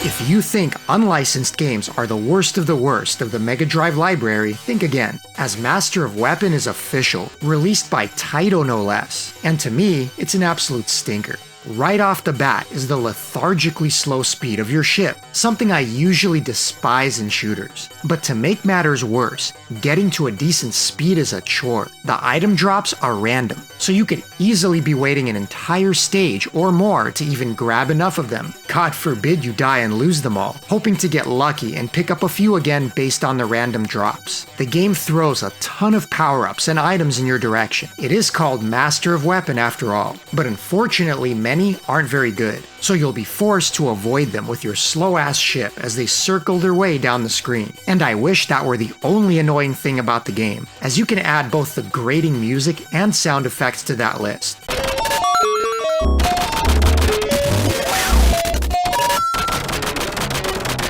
just eating away at your eardrums as you play. It's like they designed this game to just irritate you from the opening level in every way they could think of.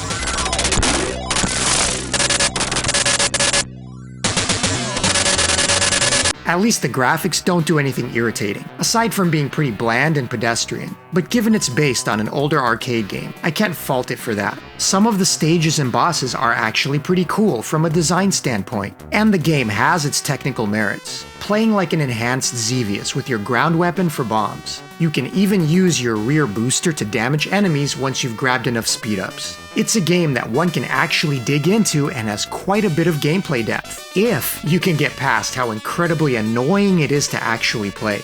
As on gameplay merits, it's not a terrible game, but the maddening design choices, random items, excruciatingly slow shit, and almost equally excruciating music and sound effects makes it a game I have to tolerate to play, as opposed to one I can enjoy. That's a C- in my book, only escaping a D rank for being a challenging game and playable if you can manage to tolerate it.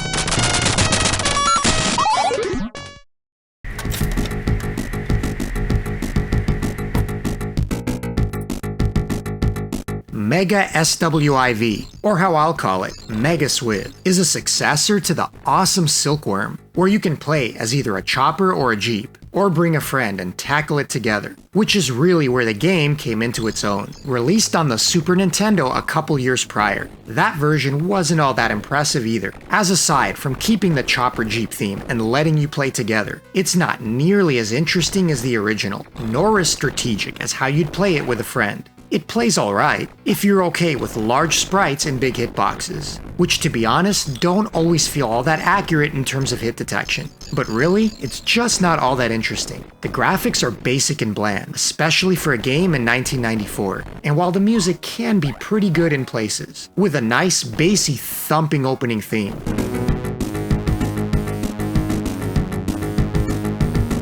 The sound effects are grating and generally poor.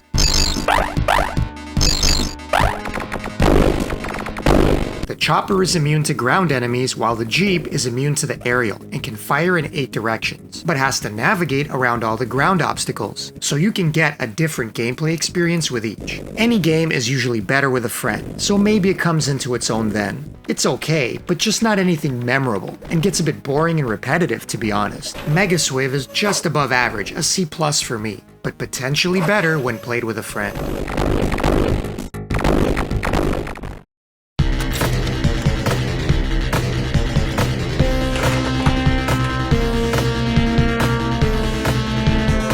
MUSHA Aleste, Compile's masterpiece on the Mega Drive, considered by many to be one of the best vertical shooters of the 16-bit generation. And they're not wrong.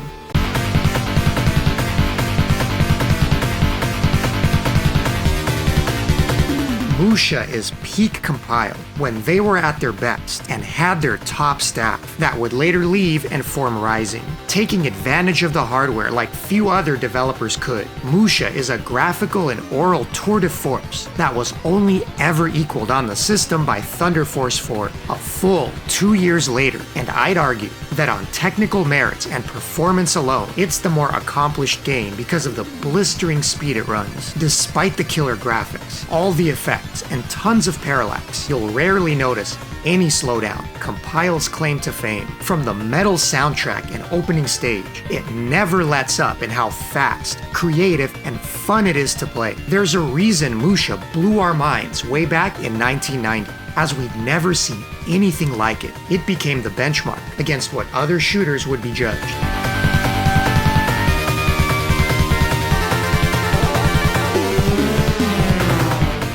Exciting from the opening title and intro to the final boss and credits, paced near perfectly from start to finish, and not overly long like many of their other games. The difficulty curve is excellent, accessible for most players, and only dipping its toes into hard territory toward the end, where in typical Compile fashion, losing a life and respawning with a pea shooter could have you chain dying and running out your lives. Sounds like the final stage of Blazing Lasers to me. The gameplay is a big departure from traditional Aleste, aside from some homages like the falling power-ups. Here, you get configurable options with your special weapons, as well as them offering extra protection, allowing you to take some hits before death. And unlike old Aleste games, which gave you a ton of weapon choices, it's streamlined to 3 here. There's a good several things I could nitpick that the game could improve, like many of Compile's games. But don't get the idea that I'm giving MUSHA anything but an S-tier rating as one of Compile's best.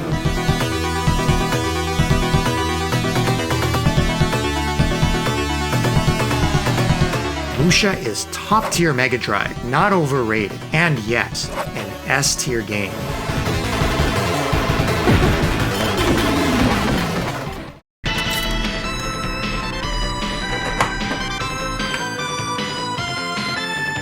Night Striker is easily the ugliest looking rail shooter on the console, at least in terms of resolution. A port of Taito's cool arcade game, they chose to make it as faithful as possible by blowing up small sprites as large as possible and just squeezing everything in. And I guess they succeeded, as it does play smooth, and though I'm not an expert on this game, seems to be quite accurate. It's got the music from the original as well as an arranged mode. In this day and age, these ultra low-res graphics almost have a charm to them, like a modern indie game that was purposefully looking as pixelated as possible. But upon release, it was absolutely lambasted as a CD game, looking inferior to even cartridge games like Space Harrier. The real problem is it's so pixelated and fugly that it looks like a jumbled mess. It's often hard to make out what's what, and comes off like the screen is just vomiting pixels in your direction, making it hard to play. Now, if the game was incredible, I could get past this. But it's simply not. It's no better, actually worse than Space Harrier and Afterburner, only with a cool Blade Runner vibe and branching paths going for it. Now, the Saturn port was near arcade perfect and is the way to play this game if you're a fan. And the fact that this was a CD game means it could have been so much better. One quick look at a game called Soulstar, which you'll see later in this video, is proof of that. So Night Striker does a good job of replicating the arcade gameplay, and of course the music is spot on.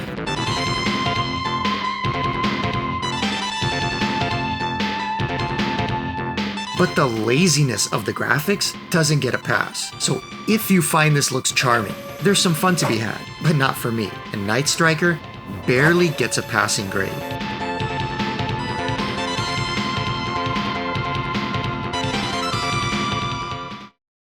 Ready.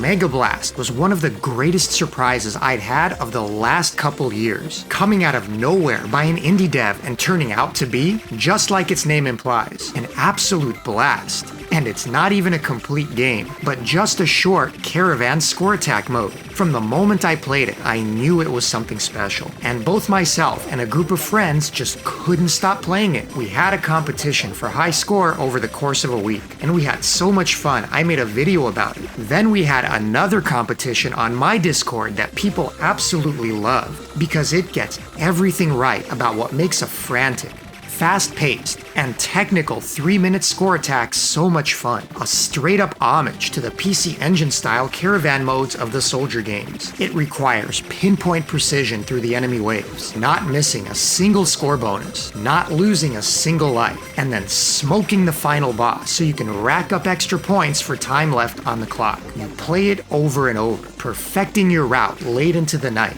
getting the perfect run, all to a super catchy tune that gets stuck in your head for the rest of the week. This is what caravan goodness is all about. Omega Blast is good. Very good. Omega Blast is short. Very short. And Omega Blast is free. Downloadable from the developer site, which I included with a link in this video's description. If games like Soldier Blade and Super Star Soldier have S-tier caravan modes, this small, single developer game comes so damn close, it's scary, and every Mega Drive fan owes it to themselves to try it. I don't normally rate indie games in these videos and just mention them, because they're usually not that great, and I just want to spotlight the folks still making new games for old consoles. But Omega Blast is so good, I can't not rank it an A-tier caravan mode, and as far as I know, the only game on the Mega Drive with a dedicated scoring mode like it. Omega Blast is awesome. It'll make your palms sweat and your heart race. Omega Blast. Play it.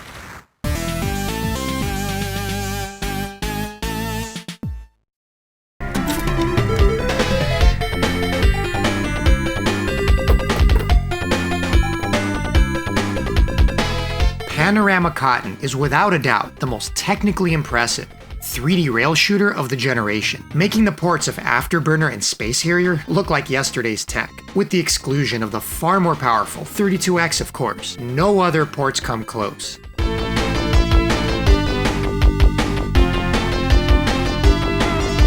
And what's more impressive is that it doesn't sacrifice the traditional Cotton mechanics in the transition. The crystals, spell options, fairy familiars, and shooting them at enemies. It's all here. Being a technical showpiece and coupled with the game's rarity, it's no wonder the physical game costs a small fortune. There's as much charm here as in any of the series, and the stage variety is fantastic, where similar games repeat the same tiled floor and ceiling endlessly with a static background. The first stage alone takes you from the skies to a zigzagging river, through a waterfall and into a tiled corridor, through a short cave and into the boss, followed by the usual tea time, only in 3 dimensions, and the stage variety continues throughout, as skies make way to castles, and an endless army of interesting enemies and bosses. Some stages even have you stop and scroll sideways and vertically before continuing forward, outside castle walls, then back inside. What they pulled off on the Mega Drive will astound you. Even the music is excellent and appropriate, along with the fantastic and varied sound effects.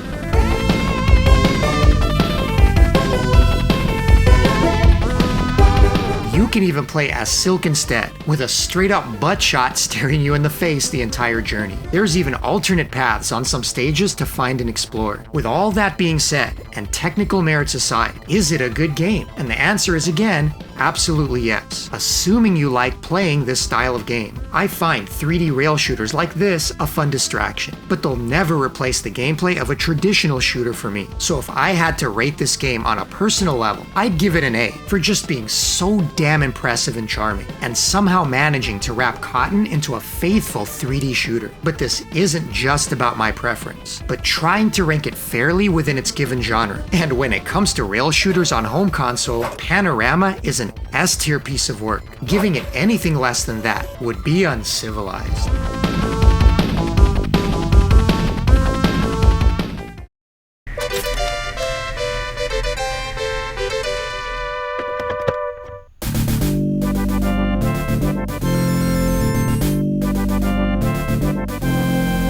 I'm a sucker for offbeat themes and shmups, especially if it involves high fantasy or mythology. So Phelios had me pumped when I first played it as a kid. The opening stage starts strong, with you riding Pegasus out of the ruins, and over a scrolling landscape below, suddenly picking up speed as the parallax layers of clouds float by, and the great opening theme plays in the background. Enemies fly in from all angles as you charge-shot dragons with your sword, until finally reaching the boss structure and descending down to do battle with Medusa. It's an easy opening stage, yet gets you properly hyped, with some nice choreography and variety. It's an early game, so the graphics aren't anything to write home about, but the stage is well executed, and that's what counts. After defeating the boss, and every boss thereafter, you fly over a pool showing Artemis, your sister, lover, chained up and scantily clad, waiting for the rescue. I'm ready to see what's next. Unfortunately, the game just couldn't keep it going, and it's all downhill from there. You get a much slower stage with drab colors and backgrounds, completely losing the energy that it built up prior. To its credit, the bosses are generally pretty cool, the typical assortment of mythological creatures. And there are some more levels that speed things up and have creative use of imagery and parallax, like the very next Stage 3, and its rush through Perebelos. But every time it gets going with a cool section, it regresses to another slow or less interesting stage. Not just graphically, but simply slow to play and kinda boring, especially with the game being on the easy side through them. At least with every boss you kill, Artemis somehow gets skimpier. Stage 6 picks up again with some faster paced action and a cool water effect. and a large, impressive boss at the end. But then I don't know what the heck happens on the final level, but it almost looks like it could have been done on an 8-bit console, and it's again slow and lame, especially for a final stage that you just spent all this time working up to. The payoff just isn't there. Now I know many have nostalgia for Philios, but it's been done so much better. Check out Compile's Silpheed on PC Engine Super CD, a much better game in every way, that I gave a B ranking at the time, but looking back, likely deserved a B+, as it's quite fun. Philios, by comparison, is no comparison. And because it's so inconsistent, a C+ is the best I can give.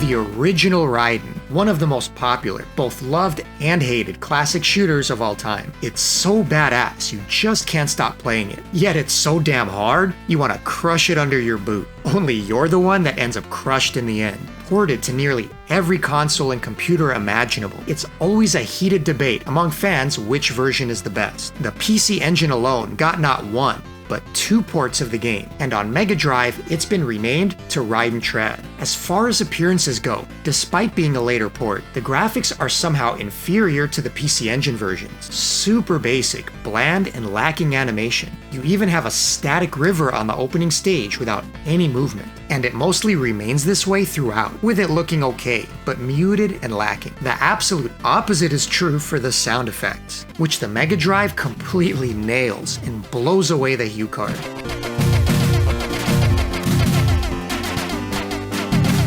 The hits and explosions are super bassy and meaty, what you'd expect from Raiden, and make so much of a difference it's scary. But the most important aspect, the gameplay, is as faithful as can be expected with the different aspect ratio. Unlike the arcade, you're now dealing with checkpoints, which doesn't make the game any easier. And while it may still be easier than the arcade in general, that's not a bad thing for such a brutal game brought home. Just don't even think about dying late game and trying to recover with a pea shooter, cause Raiden ain't having none of that. If anything, I'd say this port feels a bit more faithful, as the PC Engine version seems to play a bit different, with a faster overall speed and bullets. A brutal combination on a short screen. The later Super CD port fixed this and made Raiden the most accessible of any home port around. But the Mega Drive port, aside from the more muted and simple graphics that lack animation, does Raiden justice both in gameplay and the incredible sound and music, which is of course very important with Raiden.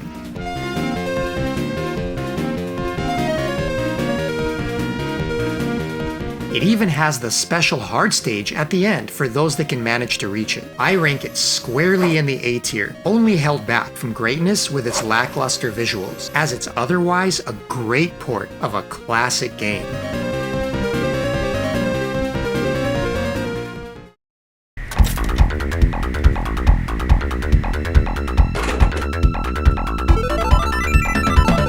Ranger X is one of the most innovative games of the entire 16-bit generation and criminally underrated, doomed to obscurity on release. It sits along games like the insane Alien Soldier as one of the most complex and rewarding games on the console. And if you've never played it or heard of it, you're about to after what you see in this review. If after playing Ranger X you'd have told me it was developed by then Treasure, I'd have believed it, as it's just as complex, nuanced, technically accomplished, and requiring of mastery as many of Treasure's best. The obvious are the visuals, some of the coolest you'll see on the Mega Drive. No matter how intense the action gets, or how full the screen becomes, the game runs great without nearly any slowdown. And it does get intense, cause Ranger X is no joke. This is one tough game and requires absolute mastery of the controls and mechanics, no different than you'd later see in classics like Radiant Silvergun and Ikaruga. In fact, playing it properly requires the 6-button controller, because 3 just doesn't cut it. The main 3 buttons control your shot direction left and right, along with your special weapon, while the D-pad your movement, allowing you to walk in any direction while firing the opposite. Holding up uses your limited jetpack, letting you fly and hover until you run out of power and need to recharge. The second set of 3 buttons controls your vehicle, left, right, and special weapon, so you can move it independently of your mech. It has its own life bar, and is like an extension, allowing you to stand on top for faster movement, or even cooler, merging together for increased firepower and speed. And when not controlling it, it'll just follow you around until you need it. Just the amount of gameplay options available is immense, and every one of them gets put to use, with areas focused around learning and using your entire loadout. That includes learning to manage your power bars, to not run out of flight as you scale areas and buildings, or run out of firepower and special weapons. It sounds complex, and it is, which will put most casual players off, but like the aforementioned treasure games, it's a brilliant complex, with it perfectly worked into the game stages. Mastery of these controls results in one of the coolest and intense action games of the generation. Ranger X isn't for everyone. It's hard, with a control scheme that demands time investment, but reaps huge rewards. Like Alien Soldier, or Sekiro, or any such game that demands much from the player, but then rewards them with amazing gameplay they couldn't otherwise achieve. Ranger X is amazing, and if you put in the time, an S-tier game in the library.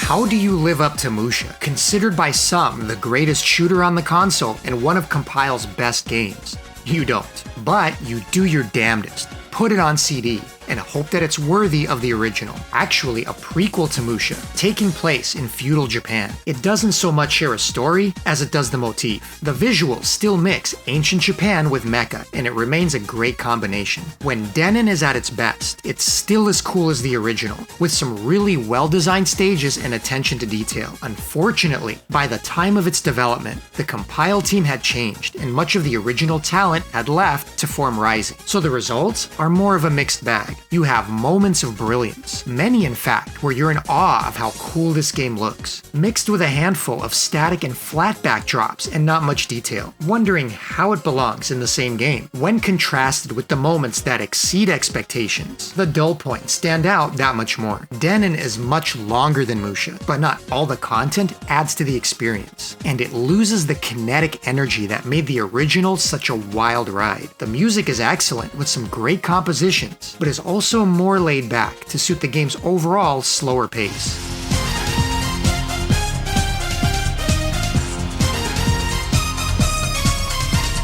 What Denon Aleste does offer, though, is completely reworked gameplay and mechanics, a departure from MUSHA yet again, that some may actually prefer. It ramps up the difficulty, being a good bit harder, now killing you with a single hit versus being able to take some damage and lose weapon power like in the original, and requires you to master the new controls and weaponry. The enemies are generally much tankier, and it's important to use your new shoulder options to deal big damage and take them out quickly. It takes getting used to and isn't as easy to pick up and play. Denon is definitely a more strategic shooter in that sense, where careful play is required and mistakes are more heavily punished. Where MUSHA made even novice players feel like a badass for the opening stages, Denon has a steep learning curve from the outset and will punish you. You do still get the falling power chips to slowly upgrade your shot, but it's now on the weak side, as you'll mostly be relying on your power-ups in the form of shoulder attachments to deal damage. You can also freely toggle your speed, with no less than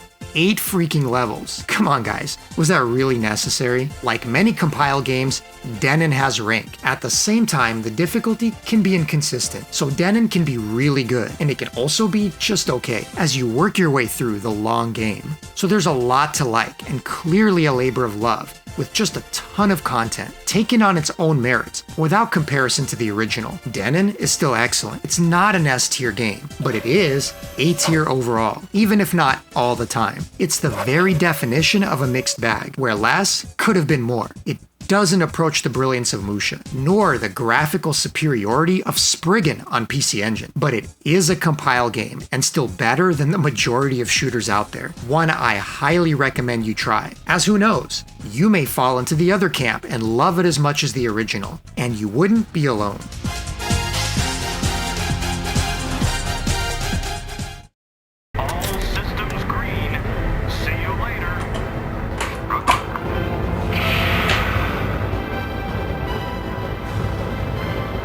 Silpheed is a CD game that I wanted to play so badly as a kid, and just couldn't find a way to do it. Instead of the lame, grainy FMV games the Sega CD churned out in its early days, Silpheed took the polygonal approach, and was a highly underrated shooter for its time.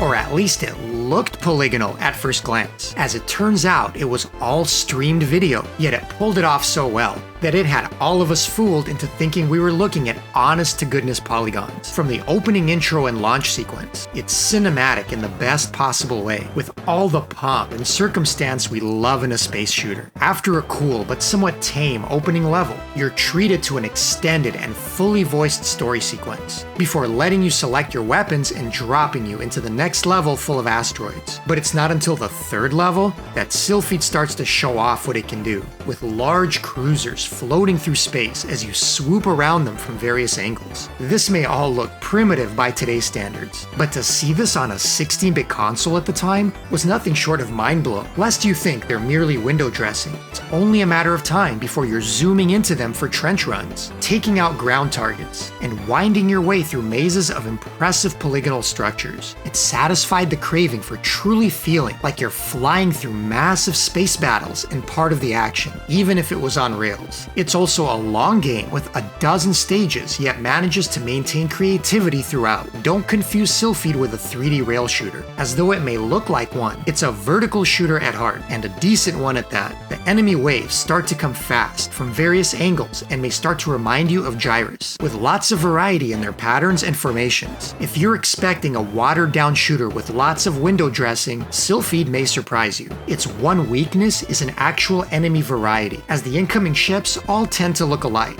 and the stage bosses you encounter are often the same, or variations of a typical ship, at least until you end up battling the actual cruisers in the game, which was definitely a sight to behold. So you've got a properly cinematic game, an epic and upbeat soundtrack to back it up, and a ton of voiceover as you play, but never annoying or obtrusive, all to the tune of a solid, if not simple shooting game. While not the most novel or diverse shooter at its core, it avoids falling into the trap of being all spectacle. It takes practice adapting to the tilted angle of play, learning the invisible walls, and how to avoid some cheap deaths at the expense of all the spectacle surrounding you. And it's actually quite a tough game to see through to the end. But in my opinion, Silpheed is a better game than it's given credit for, and a solid B+ in my book. After finally waiting so many years to play it, when I finally did, I was pleasantly surprised to find a competent shooter waiting beneath.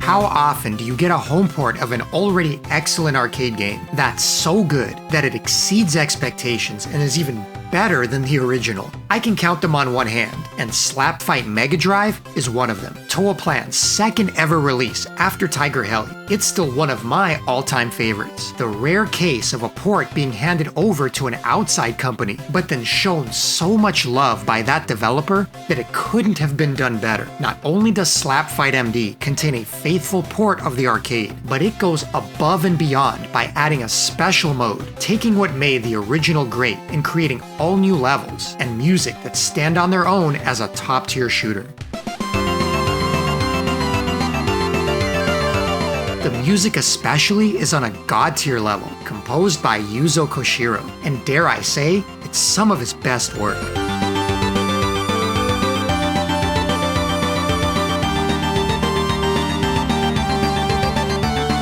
It's hard to believe it's coming from a Mega Drive sound chip. Slapfight slaps when it comes to its chiptunes.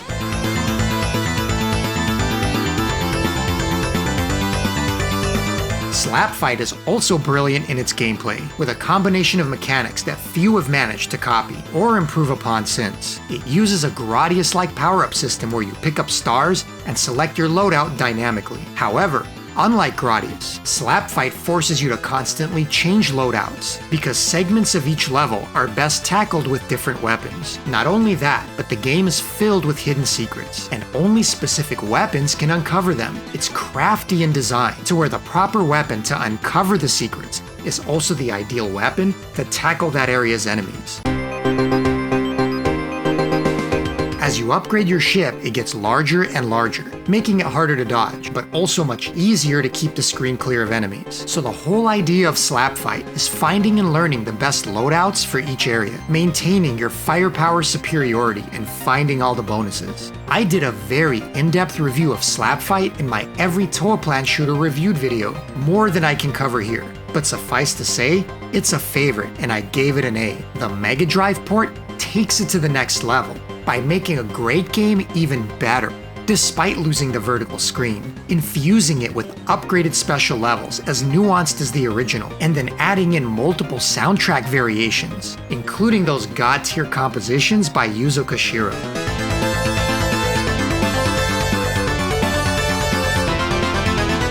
That makes Slap Fight MD an S-tier game, and one of the most outrageously good home ports ever created. It goes for several $100s in physical form, and is one of the rare cases where one could argue it just might be worth it.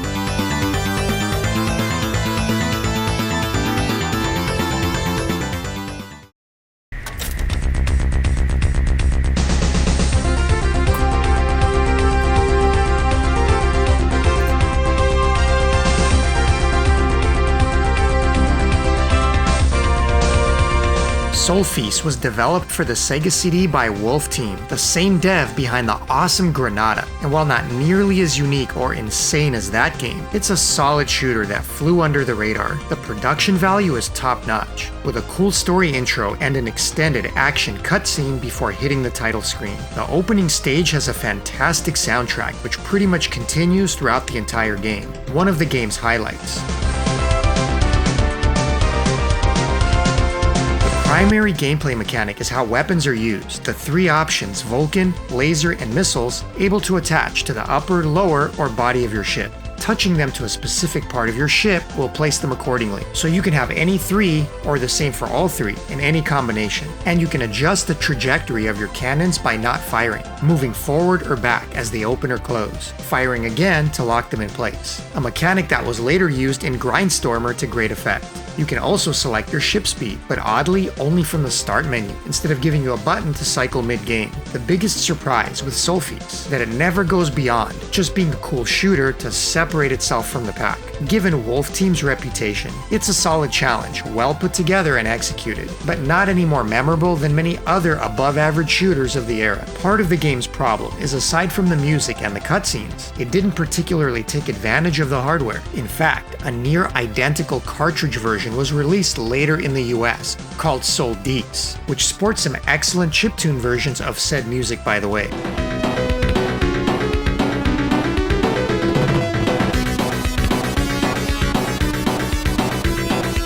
But also shows that it could have easily been done on the base hardware and not need the CD. But don't let that sway you from trying it, mainly for the cool soundtrack.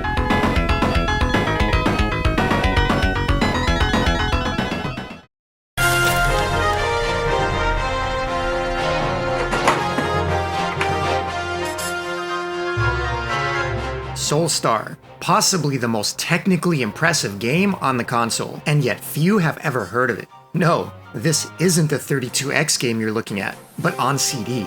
Few developers ever took full advantage of the power of the CD attachment, but core design was at the forefront. A hybrid rail and free-roaming shooter. It even puts Panorama Cotton to shame with its scaling and effects. It's only a shame that it feels more like a tech demo of ideas and gameplay concepts than a properly focused shooter.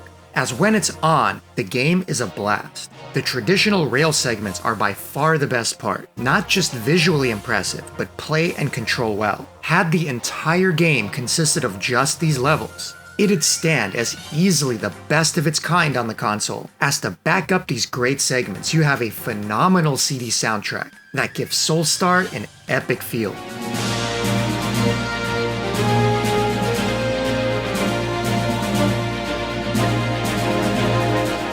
Unfortunately, it's the slower, free-roaming sections that bog the game down in clunky control, confusion, and poor design, making for an overall uneven experience. How to play and progress through some of these stages can be extremely obtuse, almost as if the developers knew what to do and assumed the player would too. So you're often left flailing about until you figure out what the game wants you to do. I can see what they were going for, and there's huge potential. It simply feels like these stages needed more development time to work out the kinks and streamline the levels so they weren't so tedious. So Soulstar is a combination of truly incredible graphics work, near equally impressive music, but two different games. One that I'd love to play over and over again, and the other that I'd probably shelf and rarely touch again. As much as I'd love to give it a higher score for technical reasons alone, it's not nearly the fun overall experience that it could have been. S-tier presentation mixed with C-tier gameplay. Good, but not great. And a B-tier game overall, but still a game that every Mega Drive fan should experience.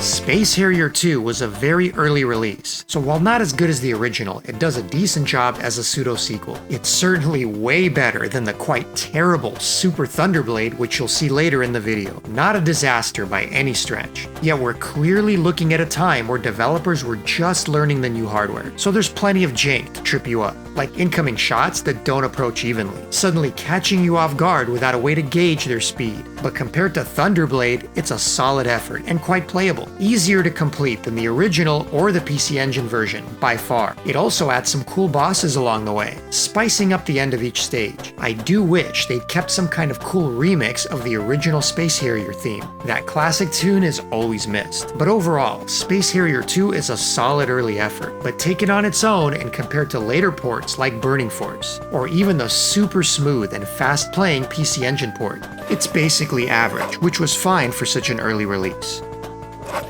But hold on there. Welcome to the fantasy zone. Get ready.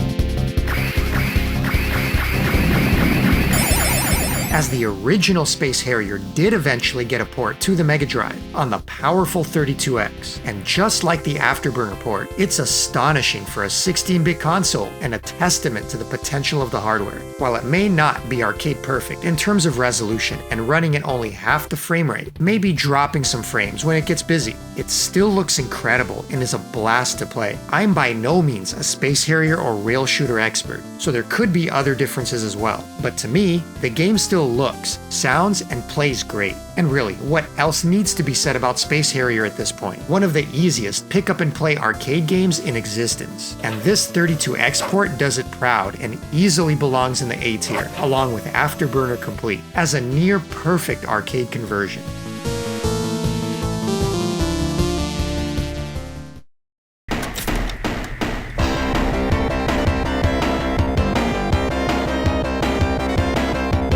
Space Invaders 91 isn't your grandpa's Space Invaders. Wait, what am I saying? I'm practically old enough to have played the first Space Invaders in arcades. Sometimes I forget that I'm the grandpa.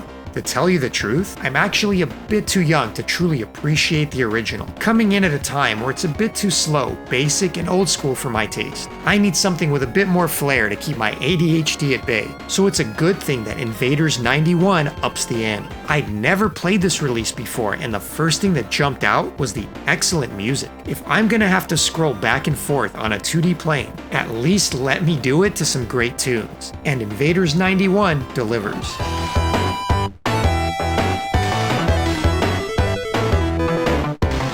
Next thing I noticed is the sense of urgency and the need to start taking the waves out really fast, as they start so close to your ship already and move fast. That's a bit of tension I wasn't expecting from an Invaders game, and is a plus in my book. They shoot diagonally and more in general, making for a pretty hectic game. Their special weapons, varied and fast-moving aliens with all forms of attacks, and even angled terrain on the later stages. I have to admit that I came into this with a sigh, not looking forward to another tired old Invaders port, and ended up really impressed with what's been done, right up there with the excellent and innovative Galaga 88 on the PC Engine. Another fantastic game and port. The graphics could have been even more interesting and are a bit bland, but when the music is this good and the game exceeds my expectations, no lower score will do. Making an Invaders game fun again isn't that easy, so Invaders 91 was a big surprise, and without a doubt an A-tier experience on the Mega Drive.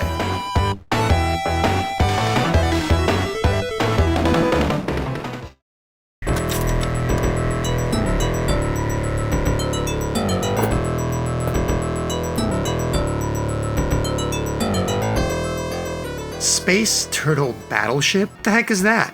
I sure never heard of it before. Turns out it was only ever released in Korea and published by Samsung, maybe even developed internally by Samsung?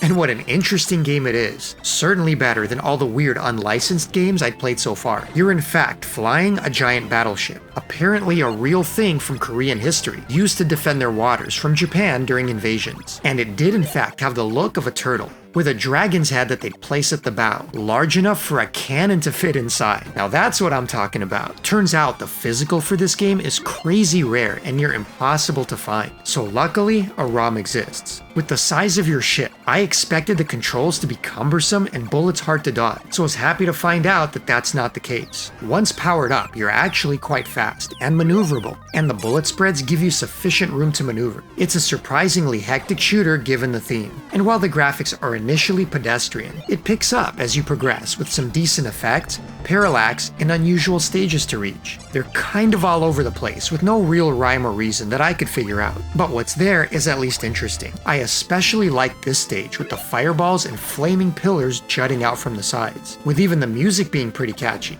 Alright, no, it's not some brilliant hidden gem, but it is cool when you discover something so unknown and it turns out to be pretty good. You can even see the influence and homages from other games, whether Toaplan or Compile, in various stages and enemy patterns. It's a very simple game, but pretty well executed with a lot of variety and stages, even if they don't necessarily make any sense. From the historic to the modern to the abstract, Samsung takes you on a journey, and one that surprised me. Space Turtle Battleship is an average shooter, but still leaps and bounds more fun than any of the unlicensed games, and even a good handful of the licensed ones. Go play it, and be one of the few to know it exists.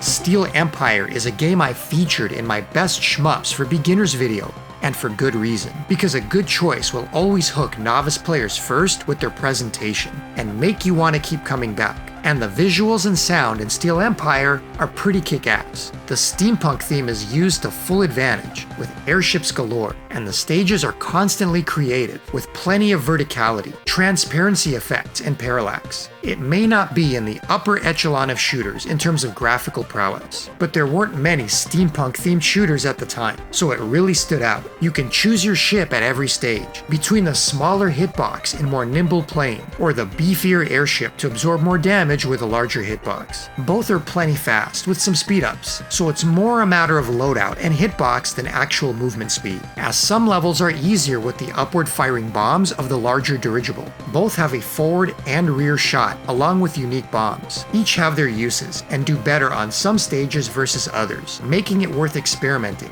The music isn't overly memorable, aside from the opening track, but it's good enough to not take away from the game. But aside from the unique visuals, the real standout here is the accessible and fun gameplay. Perfect for novice players because of the generous health bar, even having health pickups throughout the stage. It's on the spicy side of entry level and will make you work. Beginners won't necessarily find it easy, but manageable with some dedication and practice. Most importantly, the game is just fun. It's a game I enjoy coming back to as well, which says a lot for its longevity. The biggest downside technically, and what often hampers the fun for me, is the slowdown, which is much more noticeable here than in most Mega Drive games, and can get pretty pretty bad as things get busy, making it great for beginners and a welcome respite, but a bit annoying once it's no longer welcome. For me, it's a constant hamper on an otherwise quick and easy romp whenever I'm in the mood to pick it up. So Steel Empire isn't, oh my god, incredible, but it is highly underrated and a good time, with only the excessive slowdown keeping it in the B tier for me. But anyone looking for a great novice shooter on the Mega Drive need look no further.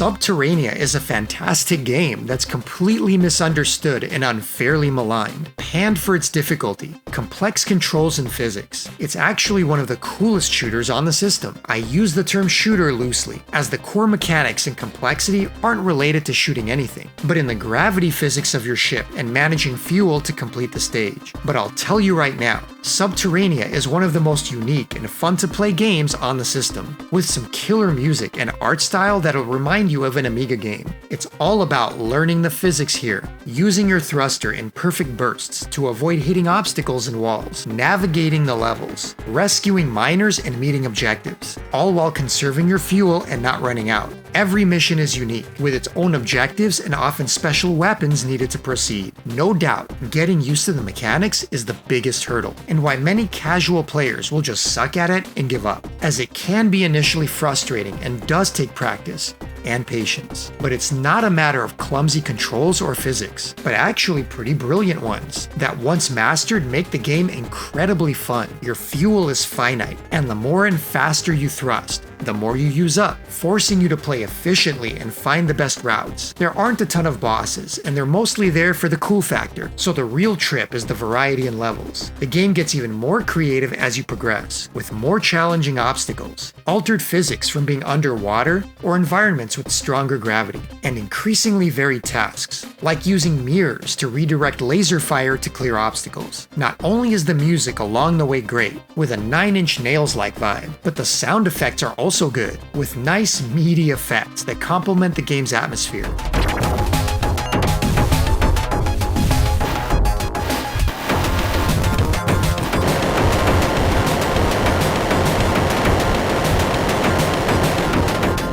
I can totally understand why some would outright hate Subterranea. The poor decision to not offer any continues makes the already high initial difficulty even more frustrating. It's the kind of game you progress a bit farther every time, and then start all over. But it's also not the kind of game you have to 1cc or progress through completely to enjoy, as once you're comfortable with the gravity and controls, simply navigating the levels faster and faster while blowing shit up just becomes a good time. And I can easily see how speedrunning through the stages could become a thing. If you just want a typical shooter, clearly this game's not for you, but I personally find it an underappreciated gem on novelty and execution alone.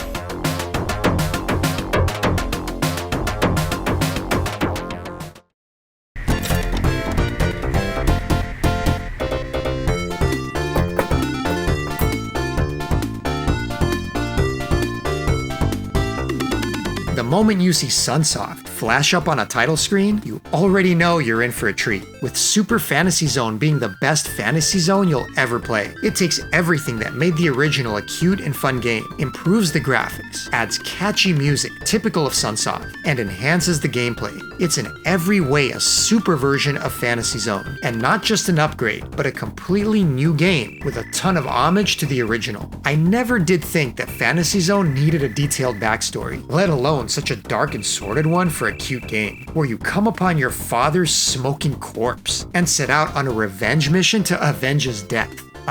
Okay guys, the basic formula is unchanged, where you freely scroll through looping stages left or right, taking out 10 generators before revealing and fighting a boss. You can land, stop, walk, or speed up the scrolling by flying closer to the edges. And there's always a shop with special weapons and items to purchase, all of which are cool and worth playing with on your first time through. For all the grief the Mega Drive gets for its limited color palette, Sunsoft shows that it's less about the hardware and more about the developer behind the game. with one of the brightest and most colorful shooters on the system. Every environment looks fantastic, with great use of color and plenty of added effects. The third waterfall stage is a standout, with a soft, pastel look that could be mistaken for a Super Nintendo release. The sky on some stages has a wonderful transition in hue, and the game is an overall pleasure to look at. Possibly even more impressive is the music. Typical Sunsoft excellence without a bad track in the bunch.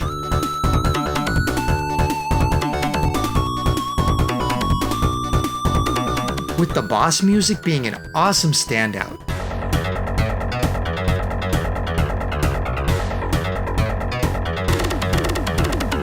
I was never a big Fantasy Zone player, but this version is one to come back to, and at the top of the A tier in the library.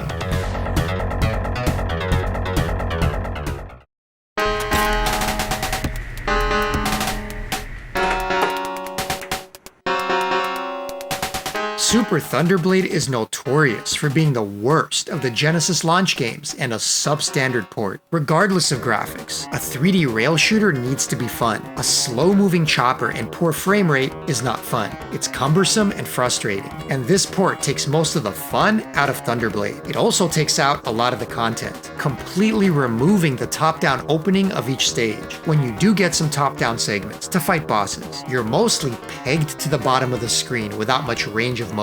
But the worst part is simply the shoddy control and execution. Clumsy and slow, Super Thunderblade is hard, but for all the wrong reasons. The PC Engine HuCard port isn't perfect, but impressive for its time, and an absolute work of art. Compared to this train wreck, it actually finds a way to incorporate the opening top-down stages, runs at a much smoother frame rate, and is actually decent to control and play. By comparison, the Mega Drive game is so cumbersome, it's really for masochists only, and anyone that gives it a pass based on first impressions hasn't actually tried to make some decent progress to see how many roadblocks of shoddy programming it throws up as you go. I could go into details of how bad art thou, but we've got better games to play. For being an official release and launch title that screwed the pooch and made Sega's new console look bad, Super Thunderblade gets an F. Go play any version but this one. Commence operation!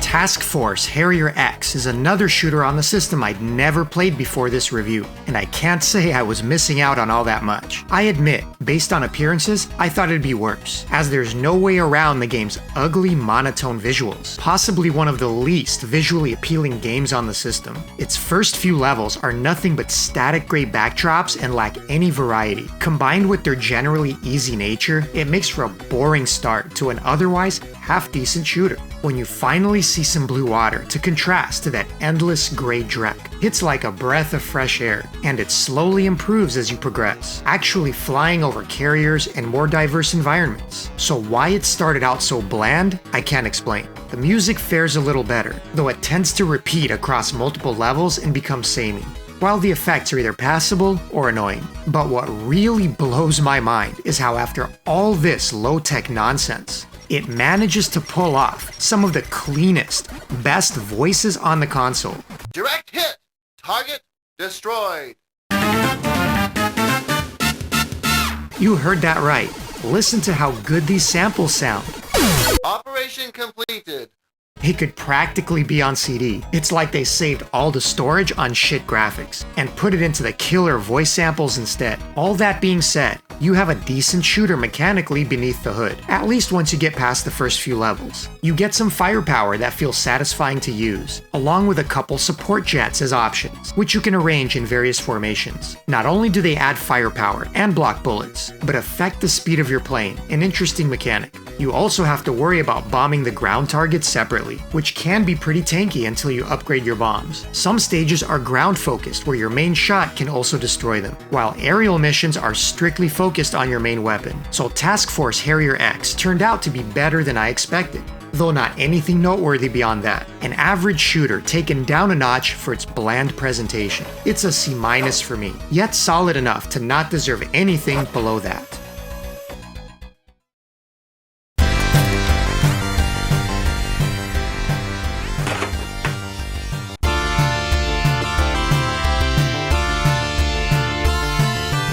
Finally, the moment you've all been waiting for, the Thunder Force games by Technosoft, considered by many to be the pinnacle of the Mega Drive. And while 3 and 4 get most of the attention, I was always a fan of the second game as well, especially when it launched with the system, ported down from the much more powerful Sharp 68000 computer. It simplified the graphics and sound, but also balanced the difficulty better to make it my favorite version to play. Unlike the sequels, it's known for alternating between free-roaming overhead stages and side-scrolling shooting, the former taken from the original game. It couldn't have come at a better time, as being the best of the launch games. It put a spotlight on both Technosoft and shooters in general, proving extremely popular and setting them up for even better sequels. Now, not everyone jived with the top-down sections, some commenting it was their least favorite part of the game, but I actually liked the variety. It was more the implementation that felt a bit rough, as you can't stop the forward momentum of your ship, so you find yourself flying back and forth over and over to kill enemies, while also trying to bomb ground targets Xevious style. They were easily the hardest part of the game down the stretch, and I can't say that them being removed wasn't for the best, but at least for this entry, nostalgia I suppose, it wouldn't feel right without them. The side-scrolling was far more straightforward and what really impressed. Already standard was the cycling weapon system that became the series' trademark, along with the claw satellites that block bullets and add shots of their own. Already on display was Technosoft's prowess with the hardware, with easily the best graphics that the console would see for some time. Fast scrolling and not a hint of slowdown. The well-paced, choreographed stages that would define the series was already here, along with what's for many, the defining aspect of the series, the music.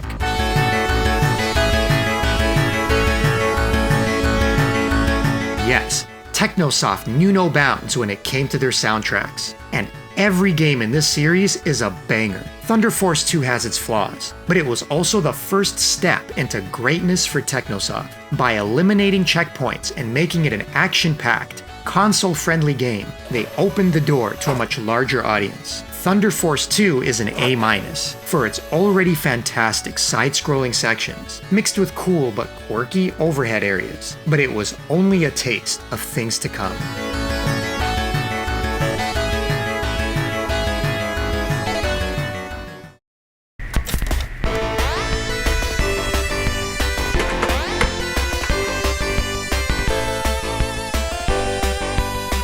If Thunder Force 2 put Technosoft on the map, then 3 made them a household name.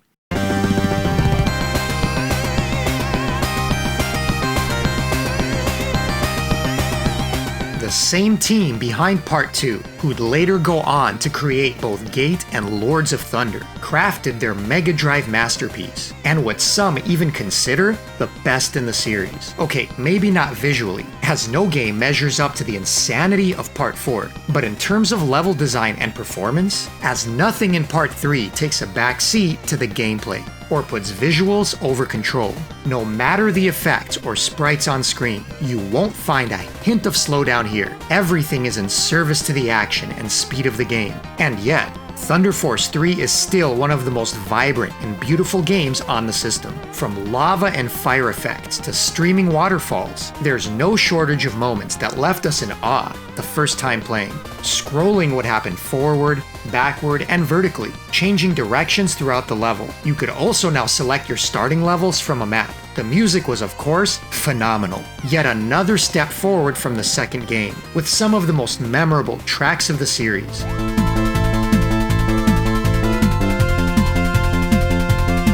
What really sold the game to the general public was its accessibility. Gone was the uneven difficulty of the second game, making way for an easy to pick up and play sequel that showed Mega Drive owners how accessible and fun a well-made shooter can be. No, not overly easy, as it still required plenty of memorization at the outset, but never unfair or frustrating outside of those gotcha moments. And since you could respawn, the pain of checkpoints for many was no more. Death no longer resets your weapons, but only the one you were using. To this day, it still remains one of the best memo-oriented beginner shmups of the time. And while this programming duo would later move on to make Gate of Thunder for Hudson Soft, an amazing game that I enjoyed even more so, their legacy on the Mega Drive was established.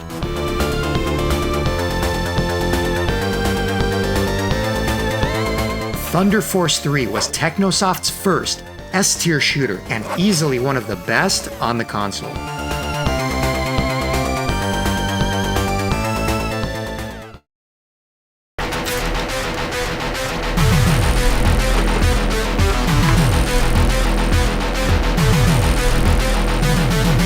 Turns out lightning can strike twice, as despite losing the original team, Technosoft doubled down and created what's undoubtedly the most eye-popping, gorgeous, visual and oral tour de force on the system.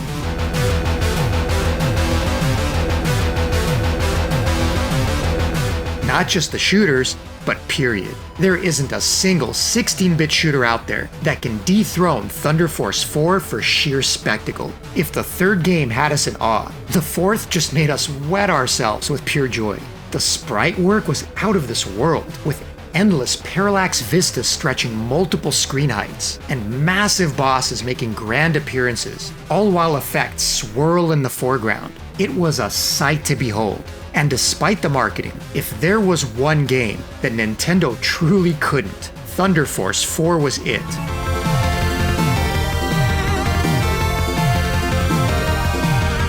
In fact, the biggest flaw of the game is that in many of the craziest moments, Sega can't quite do it either. Unlike the third game, some performance had to be sacrificed to achieve these levels of awesome, and you'll encounter plenty of slowdown across various stages, never to the point of ruining the experience, in some cases even being helpful, but a clear change in design philosophy over the third. Another sacrifice was some bullet visibility, with some getting lost in explosions or backgrounds, catching new players off guard and taking time to get used to. Now, it's hard to say that it wasn't worth it, as the game just looked so good you wanted to cry. But that incredible presentation did come with a bit of sacrifice. But putting the nail in the coffin is the absolutely god-tier soundtrack.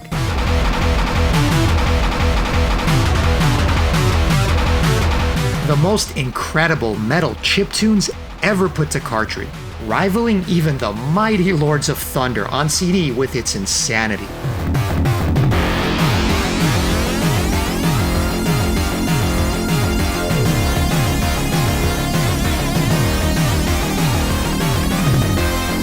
There's really no words to describe how blood-pumpingly insane the music is in Thunder Force 4, but it also has diversity, slowing things down with jazzy and atmospheric melodies when appropriate.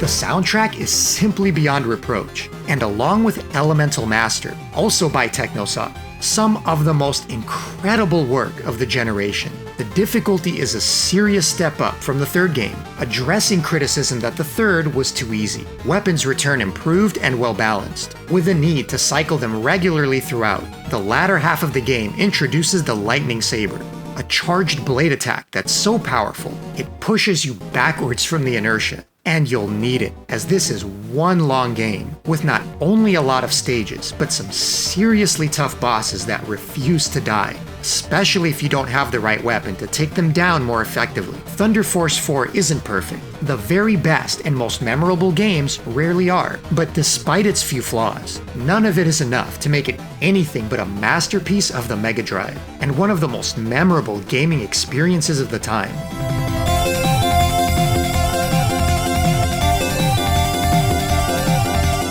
Thunder Force 4 is at the top of the S tier, the greatest side-scrolling shooter on the system. It's a game that became symbolic of the Mega Drive's prowess. For anyone that missed it, I made a really fantastic video on the history of Technosoft a while back, covering not only these Mega Drive classics, but their entire library across all generations. So if you love Technosoft, check it out after this video, as I go much more in depth on this amazing developer.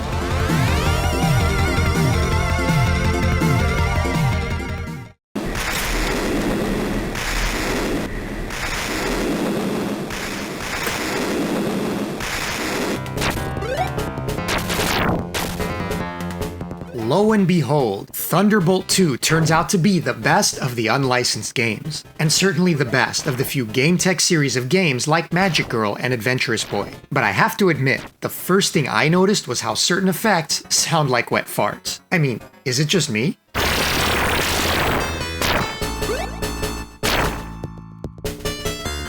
Aside from the popcorn, killing enemies in this game is like a symphony of the sphincter. On the plus side, this game seems to scroll more smoothly than GameTech's previous efforts, though the actual enemies and bullets still have a choppiness to them, making shots sneak up on you. Thanks to the health bar that you're given, and regular health pickups along the way, most will be able to survive quite a ways into the game and see what it has to offer, which honestly isn't much aside from some halfway decent shooting. Having a set of circling options keeps you well protected, and helps you coast toward the end of the game when things ramp up. That is, if you haven't grown bored and just turned it off by then. Decent enough to escape a poor grade, but not any better. They're not really worth your time unless you're just curious, or are endlessly entertained by the sound of wet farts.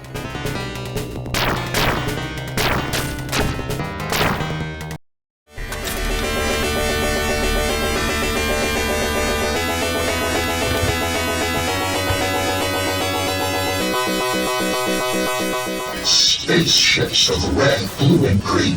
You can hear that alien lady screaming.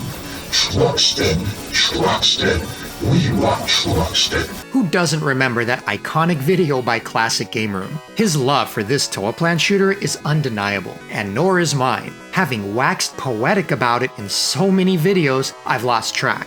Why do serious shooting fans so love Truxton? Is it really just the awesome blue lightning laser, thrashing and booming across the screen? Is it the entrancing music by Masahiro Yuge that puts you into a zone as you rhythmically dodge the relentless incoming fire from an endless array of mid-bosses? Or is it the simple yet alien art style that oozes cool and became a staple of the Toaplan look?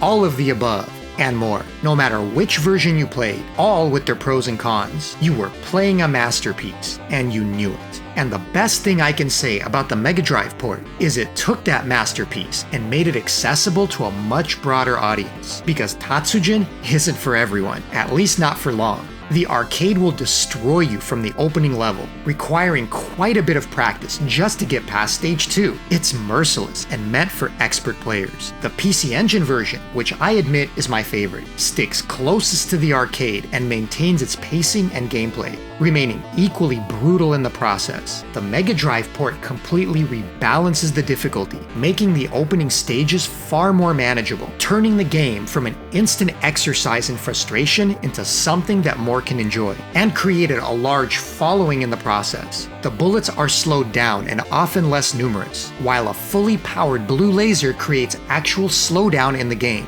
You can use it as a sort of cheat mode to play in slow motion and avoid getting overwhelmed with bullets. Yes, it changes up the rhythm and pacing of the game to a degree, but it's a rhythm that only veterans can enjoy in the original. By the time stage 4 and especially 5 rolls around, the Mega Drive port ramps up and gives an equally brutal challenge in the final stretch. Bullets become faster and more numerous, on par with the PC Engine port in difficulty. In other words, Mega Drive Truxton was accessible enough to get a legion of fans hooked, only waiting until later stages to wipe the floor with them. And for a console game, that's not a bad thing at all. The downside is this early port does have its issues. Not just the slowdown I mentioned, that while often welcome, wasn't likely intentional. It also suffers from a rushed music implementation, where Toaplan wasn't provided the proper information from Sega until it was too late, having them code the audio incorrectly. This results in all the music playing too fast, sped up versus the proper pacing.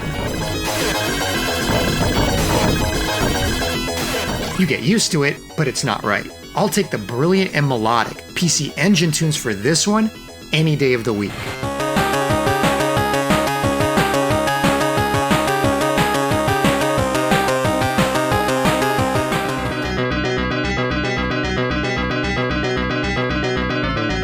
The final stage also has bullet visibility issues, with them often disappearing in the sea of orange lava and causing some very unfair deaths. For an endgame that's already incredibly brutal, cheap deaths to ruin your run are certainly unwelcome. Thankfully, a hack now exists to fix this issue. At the end of the day, Truxton is an amazing S-tier game no matter how you play it. It's my all-time favorite Toaplan shooter, and this Mega Drive port is the most accessible of them all. So while it may not be perfect, suffering from early technical issues, it's not enough to keep it from being one of the Mega Drive's most revered shooters. While I can't give it an S-tier ranking like I did on the PC Engine, it's still an A-tier game here, and in all honesty, the very best and most accessible way to play for anyone that isn't ready for the all-out assault of the PC Engine port or the arcade original.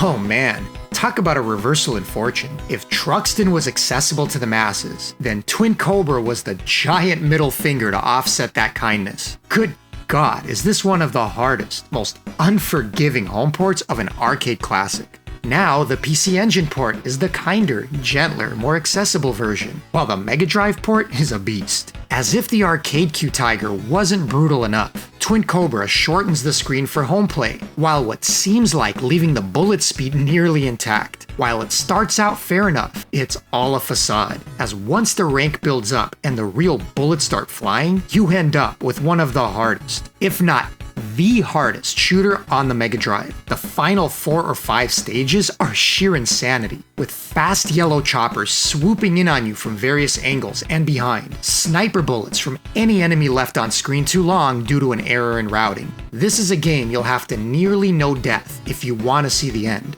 as being fully powered is the only way to keep the screen clear enough to survive. Death often means having to quickly die multiple times, to get set back multiple checkpoints, far enough to recover enough firepower before hitting an incredibly brutal section again, which is a shame, as the port itself is really well done and plays like a dream.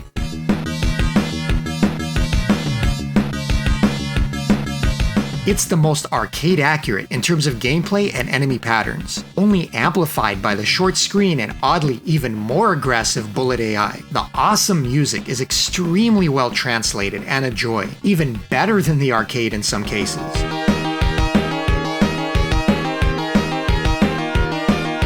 Along with bass-heavy, meaty effects that really make destroying ground targets so satisfying. The one area it does falter is in the graphics, being honestly quite plain and ugly. Colors are more muted and backgrounds are drab, lacking the detail of the arcade of course, but even paling in comparison to the much easier on the eyes PC Engine port. But if you can look past the visuals, you've got a game that plays and sounds wonderful. Until it absolutely clobbers you. There's arcade hard like Tatsujin on PC Engine. Then there's so hard that it makes the arcade game seem fair, and that's Twin Cobra. To the point where I won't play it again in any serious way, just casually to remind myself how cool it is. Until it isn't. Twin Cobra is an awesome game in itself, and this port captures that extremely well. If it was balanced better to at least parity with the arcade, it would still be an A+ tier port. But as it stands, you've got a game that sounds great and feels good to play, but quickly becomes nearly impossible to complete, making it a B tier port for me.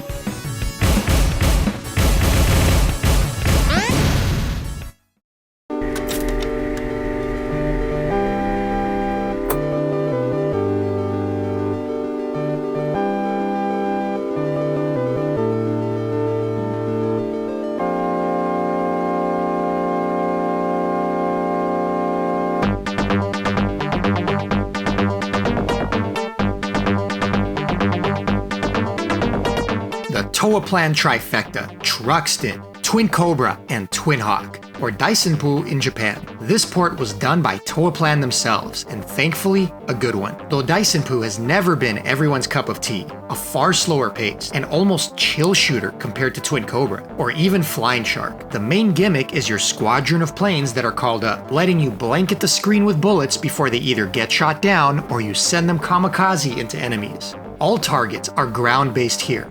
No aerial enemies at all, so you're mostly dealing with pretty tanky targets that can take a pounding. Daisenpu feels like an evolution of the Tiger Heli formula, a step backwards for many, but a tried and true formula of memo-heavy, checkpoint-based gameplay mixed with a short, easier to memorize game. At only a few stages long, that's not too monumental a task, and it's not nearly as brutal as many of their others. The graphics and sound translate well from the arcade here, with the sound effects properly deep and satisfying.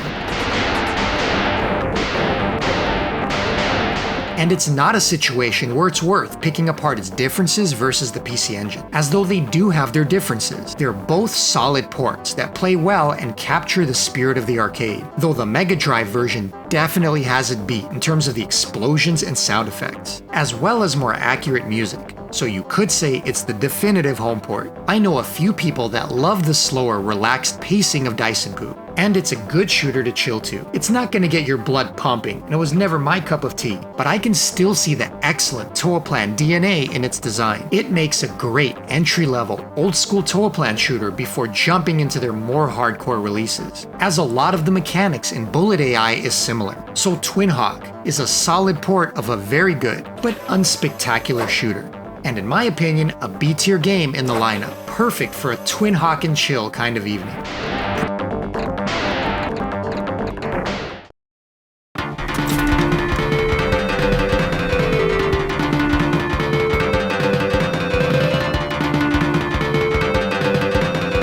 If you love ground-based shooters like I do and are also a fan of fantasy and RPGs, Twinkle Tail is right up your alley. It may look similar to games like Elemental Master and Undeadline, but it's actually much more like Pocky and Rocky with its slightly slower, more measured pacing, where rushing head-on will often get you killed, and requires more strategic approaches to each area. It's also similar in that it combines vertical and horizontal areas, sometimes auto-scrolling and sometimes not, with some branching paths and rooms to explore as well. Not nearly as frantic as Elemental Master, nor as brutal as Undeadline. It's its own game, like a magical shooting run-and-gun hybrid. You get 3 magic types which you can cycle through and upgrade, and grab various special attacks in the form of magic spells. Twinkle Tail takes full advantage of its fantasy setting, with endless variety in enemies, bosses, and environmental obstacles to overcome. A Final Fantasy-style run-and-gun that won't have you pulling your hair out like the harder shooters on the system, and have D&D geeks like me ogling at the cool bestiary on display. Look at these cute little walking beholders that jump out of the water. Adorable. But a cute 'em up, this is not, with plenty of demonic themes and enemies as well suiting its fantasy setting. While you will explore and get some branching paths, it remains a shooter at heart, with a map that shows your next location between stages. The sprite work is top-notch, and the music is catchy and upbeat.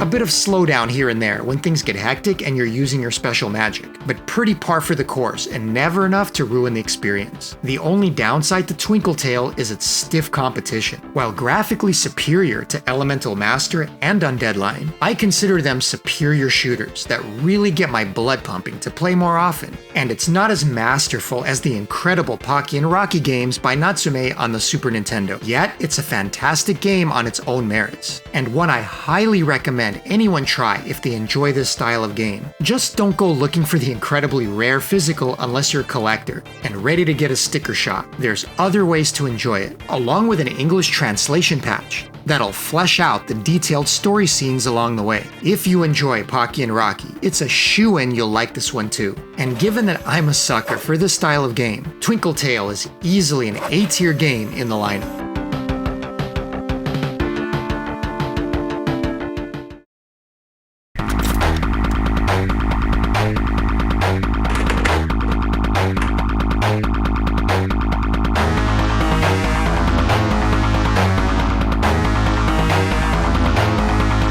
Speaking of ground-based shooters, oh boy, do we have a barn burner here. Undeadline is without a doubt the most intense, balls to the wall on the system, if not the 16-bit generation. And I love it. Ported down and abridged from its superior Sharp 68000 original, it still retains the essence and remains one of my favorite shooters on the system to replay. Yes, Undeadline has a reputation for being absolutely brutal, one of the hardest games. And it is, to a point, but it's also not nearly as impossible as advertised. Not in the same league as Twin Cobra, Grindstormer, and a few others, because the majority of its difficulty doesn't come from dodging bullets and killing enemies, but the incredibly kludgy treasure chest mechanic that's essential for survival. You need these chests to stay fast, upgraded, and protected. Shooting these chests cycles the items inside, and if you think it's simple to get it on the item you want, think again. Your rate of fire is fast, and getting it to stop on just what you need takes a lot of practice. Doing it while enemies swarm you from all directions and you absolutely need that health potion will have your palms sweating. You can bet you'll be grabbing the wrong item on plenty of occasions, and sometimes to disastrous results, cursing the game for screwing you, as these chests also contain things you don't want. Like, I don't know, a black potion that makes you lose life, or a speed down instead of a speed up. So yeah, these chests can really screw you over at the worst time. But that's also part of what makes Undeadline so tense. The speed of the game, the relentlessness of the enemies, and the need to time your pickups just right. There's also a great offense versus defense mechanic at play, as raising your shield will block incoming fire, but also keep you from firing. Add in resource management as your life bar is it. Not recovering between levels, and your limited bomb stock at 3 for the entire game, not replenishing unless you continue. So yeah, an easy 1cc this is not, but damn is it fun. The graphics are cool with a lot of creativity, but not compared to the far more attractive Twinkle Tail. The music on the other hand is great.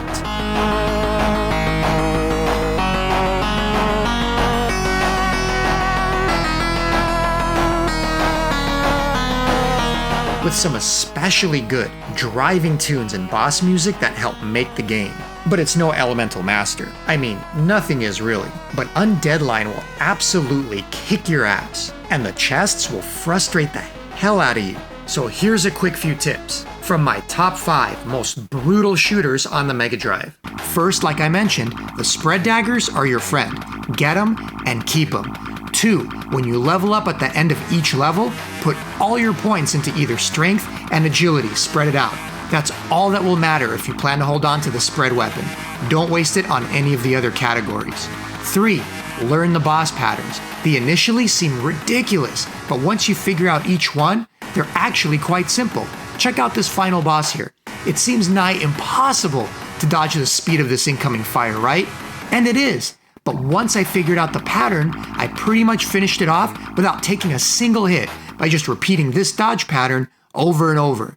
In fact, aside from the obnoxious item pickups, once I got the hang of things, I had a blast playing this game. The levels are fun, and when your speed is maxed, you can do some serious dodging and blocking. The bosses are mostly pussycats once you get the pattern down, like the Reaper here that seems tough at first, but a total cinch once you get how to keep those scythes from cornering you. And check out this awesome horror level. Splatterhouse, anyone? This game was a lot of fun, and once I got the hang of it, I enjoyed it far more than expected. But it's such a white-knuckle experience, I can't help but come back to it. And in my mind, that's the key component to a great shooter that stands the test of time. Not an S-tier game, as there's no single aspect that'll blow you away, but an incredibly addicting and replayable shooter that belongs in the A-tier for me.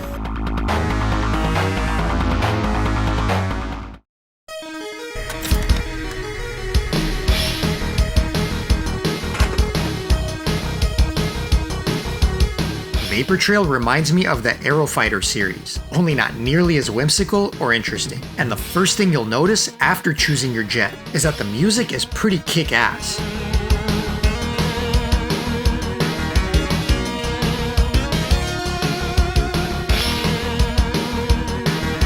And it's a good thing, because the next thing you'll notice on stage 2 is that it hasn't changed, nor the next. pretty much using the same track for the entire game. I'm kinda conflicted, as one good track is better than a bunch of forgettable music.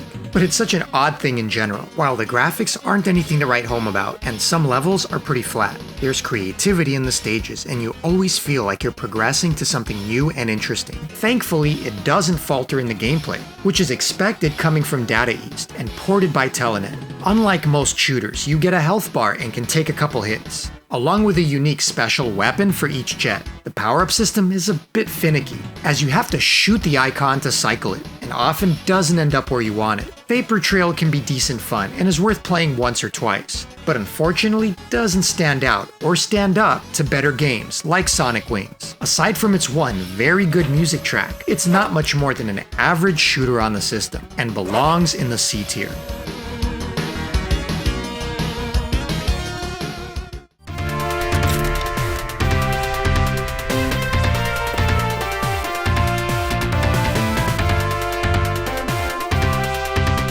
Hot damn, does Verytex have some rockin' tunes. Always the first thing to jump out at me when picking it up for a spin.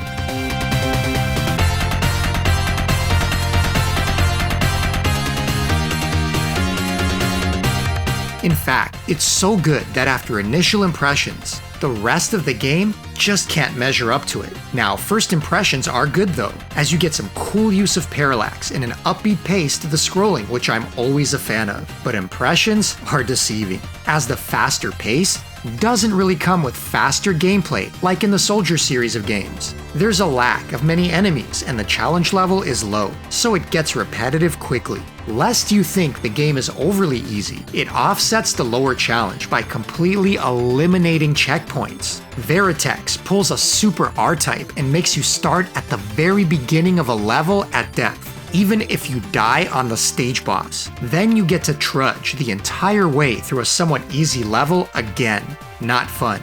The somewhat lazy graphics work also rears its ugly head if you pay attention. Like in the tiling of this stage, where you can clearly see the squares and they don't line up correctly, cutting off half an image and then starting anew. Now don't get me wrong, there's some fun to be had here. It was developed by Asmic, the clowns responsible for the terrible D-Force on the Super Nintendo. And compared to D-Force, Verytex is a gem. It has the feel of a caravan shooter, but it doesn't even come close to those brilliant games on the PC Engine. Genesis does a hell of a lot, and it does it well, but it doesn't do caravan shooters, and Verytex comes off like a cheap imitation. Exciting at first, until you realize it's mostly window dressing. Well, except for the music, which is worthy of the grades.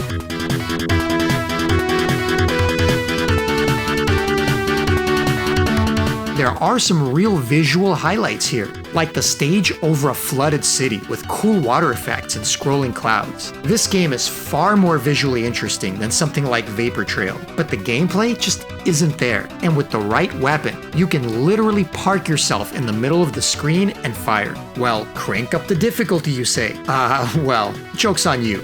There is none. They clearly tried on the graphics, aside from some lazy moments. And the music is all that.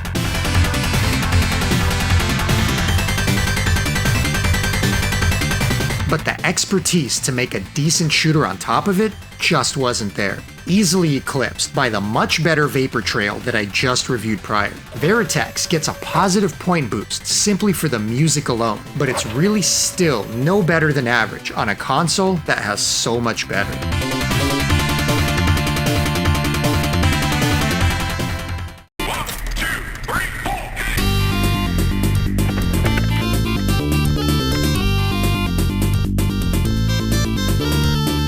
Viewpoint is one of my favorite Neo Geo games, an underrated classic and brilliantly designed. It's hard as all hell, likely the toughest on the system outside of Last Hope, but it's a game I always come back to, and the Mega Drive port, believe it or not, is one of the better home ports, easily eclipsing the disastrous PlayStation remake that followed. Sure, it can't hold a candle to the Neo Geo in terms of graphics. Seriously downgraded and easier, with a lot less bullets and additional slowdown. but in some ways, that drop in difficulty is welcome, as the original is nearly impenetrable to most players. What you do get is as faithful a representation as possible, given the hardware limitations, and a game that does a decent job of capturing the spirit of the original. First and foremost, unlike the PlayStation port, it doesn't bastardize the original's wonderful and eclectic music, staying true with solid FM renditions.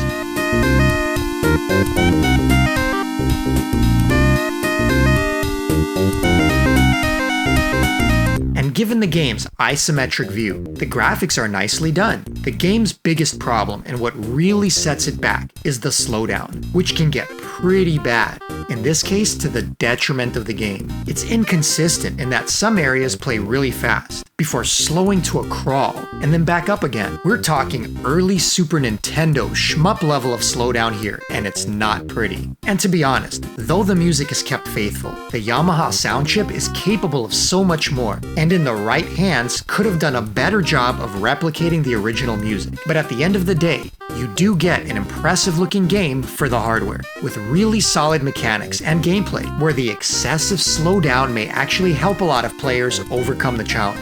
Viewpoint is an S-tier game for me, and while this port can't come close, at least it makes a valiant effort far, far better than the travesty that befell the PSX port. I'll take this 16-bit version any day of the week.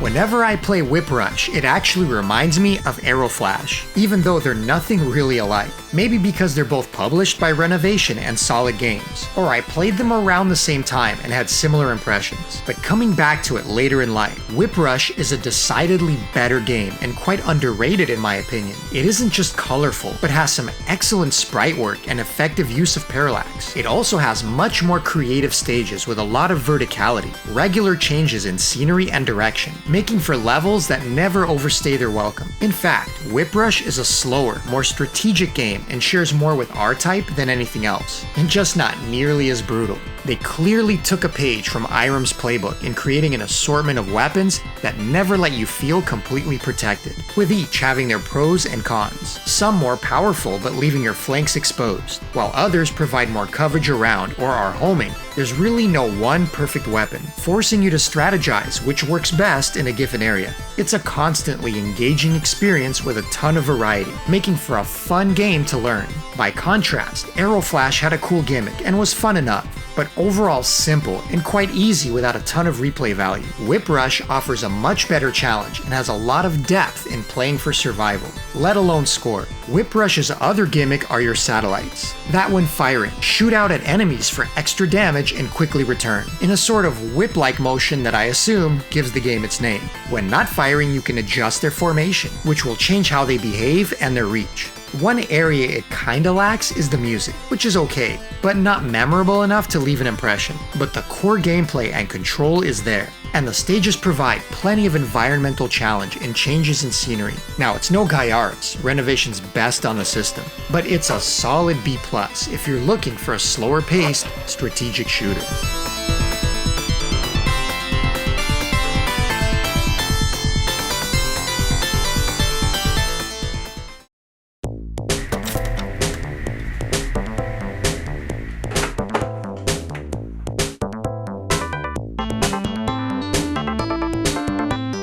Wonder Boy 3 Monster Lair was included in my PC Engine shooters video, so I gotta do it here. More of a hybrid mix of platforming and shooting levels. It auto-scrolls on both, giving it the nod for inclusion. And as I mentioned in the comparison, the Mega Drive port is decent, though lacking compared to its PC Engine CD counterpart, as aside from the extra level of parallax, this port isn't nearly as colorful, the sprites are smaller, and there's entire stages missing to make it fit onto a cart. For some reason the art is also redrawn, and your character is more cutesy and silly looking, though it's not a big deal. And while the music work here is okay, the CD renditions on the PC Engine port are fantastic and win out. Monster Lair was never one of the best Wonder Boy games, with platforming that's not as focused and varied as others in the series, and shooting segments that are decent enough, but not anything special on their own. It's fun and the variety is nice, but the longevity is limited, and I'd mostly rather play better entries in the series. I gave the PC Engine port a B, simply for being a very accurate port of an admittedly average game. So this port is more of a C, losing the large, colorful sprites and content, but still perfectly fun and playable.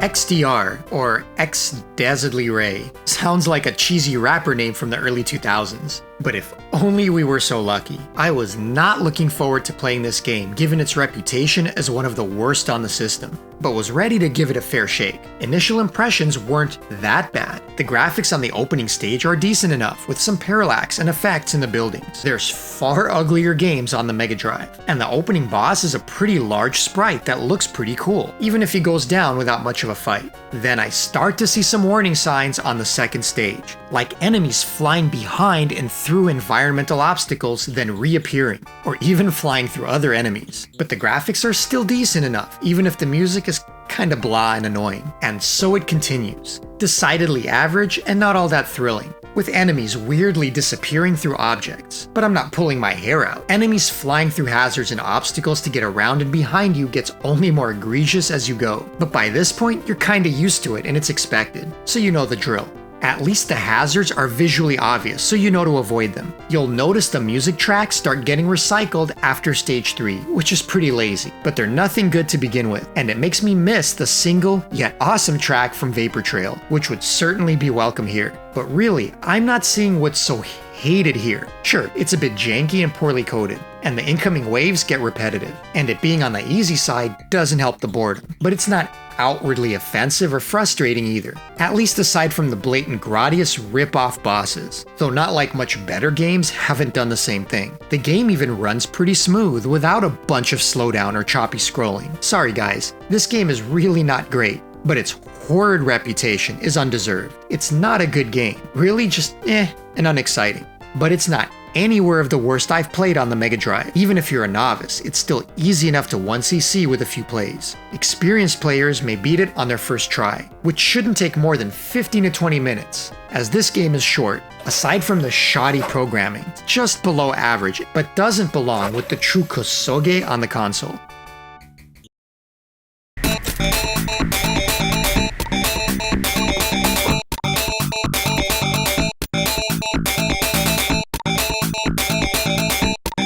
Speaking of true Kusoge that'll actually have you pulling your hair out, wishing for the average tedium of a game like XDR, Xenon 2 is it.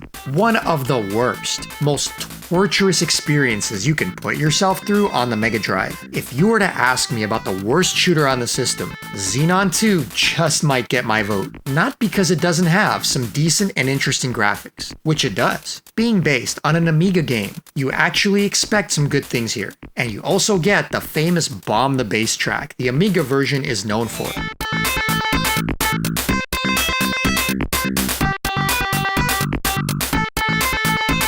But I hope you like it, as just in Vapor Trail, it'll be the only one you'll be hearing. However, it's in the gameplay where the pain begins. Xenon 2 is the very definition of the type of game that coined that derogatory term, Euro Shmup, with graphics and music that take complete precedence over acceptable game design. The game feels borderline unplayable until you can power it up, which you can't do effectively until you reach the shop and use some of your points to speed up and increase your fire rate. Your hitbox is huge, yet when it comes to killing enemies, you seem to miss them far too often. With hit detection that's more than suspect. But the killer gimmick that intends to make yet begins to break the game is the scrolling mechanic, where you can move the screen backwards for a period of time. You won't really know or need this feature much until the third stage, where the levels become more claustrophobic and maze-like, forcing you to go up and down to find your way through at a snail's pace, while bullets assault your giant ship and your health bar becomes essential. If you love unreachable enemies firing away at you while stuck in small corridors, unable to dodge, slowly working your way up and down through mazes, then maybe you'll like Xenon 2.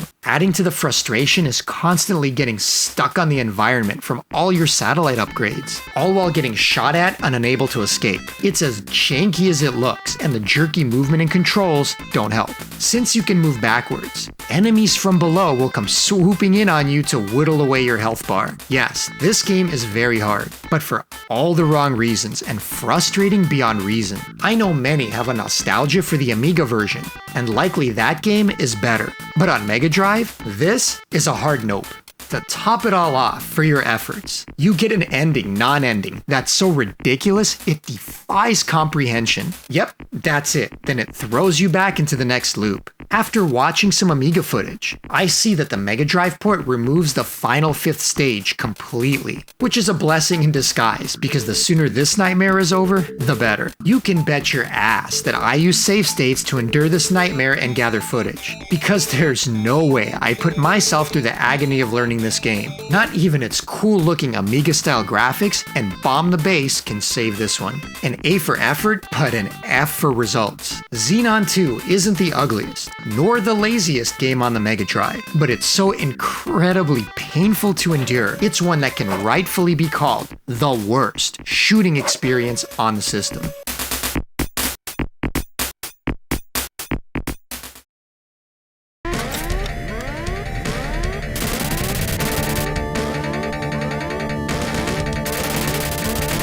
All your base are belong to Mega Drive. Zero Wing swoops in to save the day from ending on a low note, with not only the most infamous meme of shooting lore, but an absolutely outstanding port by Toaplan themselves.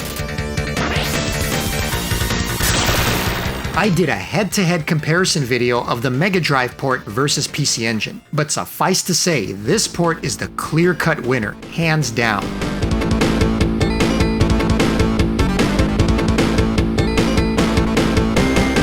While it can't replicate some of the coolest background effects and parallax of the arcade, it does a solid job and looks as close as can be expected. But in terms of presentation, it's the game's music that's out of this world.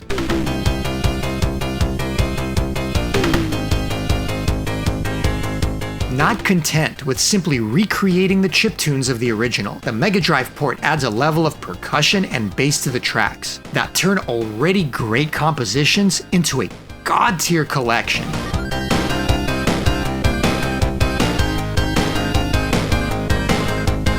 Toaplan famously had an internal competition to outdo each other during development, with different programmers responsible for different stages. It's part of what gives the game its disjointed nature in terms of level design and motifs, but it's also what brought out the best in the composers, with an eclectic mix of music styles, nearly every one an absolute banger.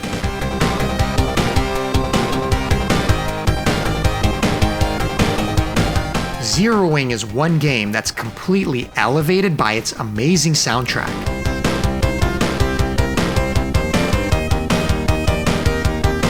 And the Mega Drive port is so good that it blows away the CD arrangements on the PC Engine.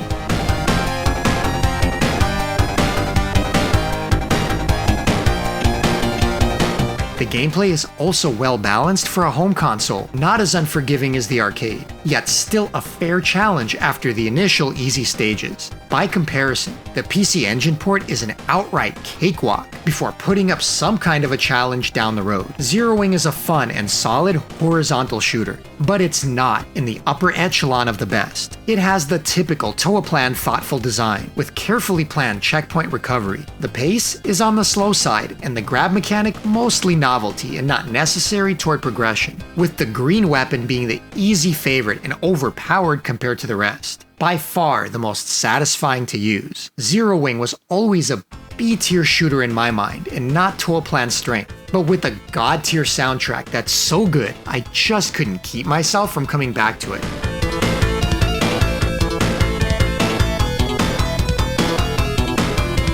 A perfect example of great music that turns an above-average game into a classic.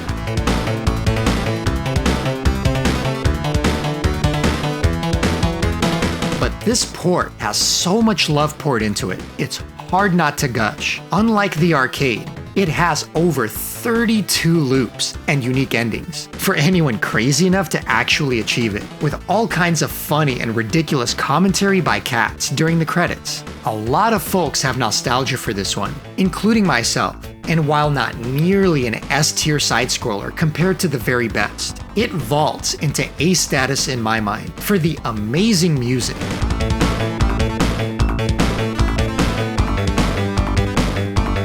For that timeless intro translation you can only get on the Mega Drive, and for the effort poured into it by Toaplan to make it the best home port it could be.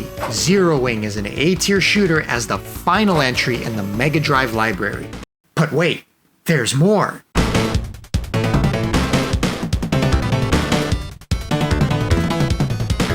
There's some great looking new games now in development for the Mega Drive. First, we have Irina Genesis Metal Fury, with demos already out there and the game getting close to completion. Equally exciting is the crazy looking ZPF, with artwork by Gryzor, responsible for the fantastic Super XYX, a game I reviewed some time ago.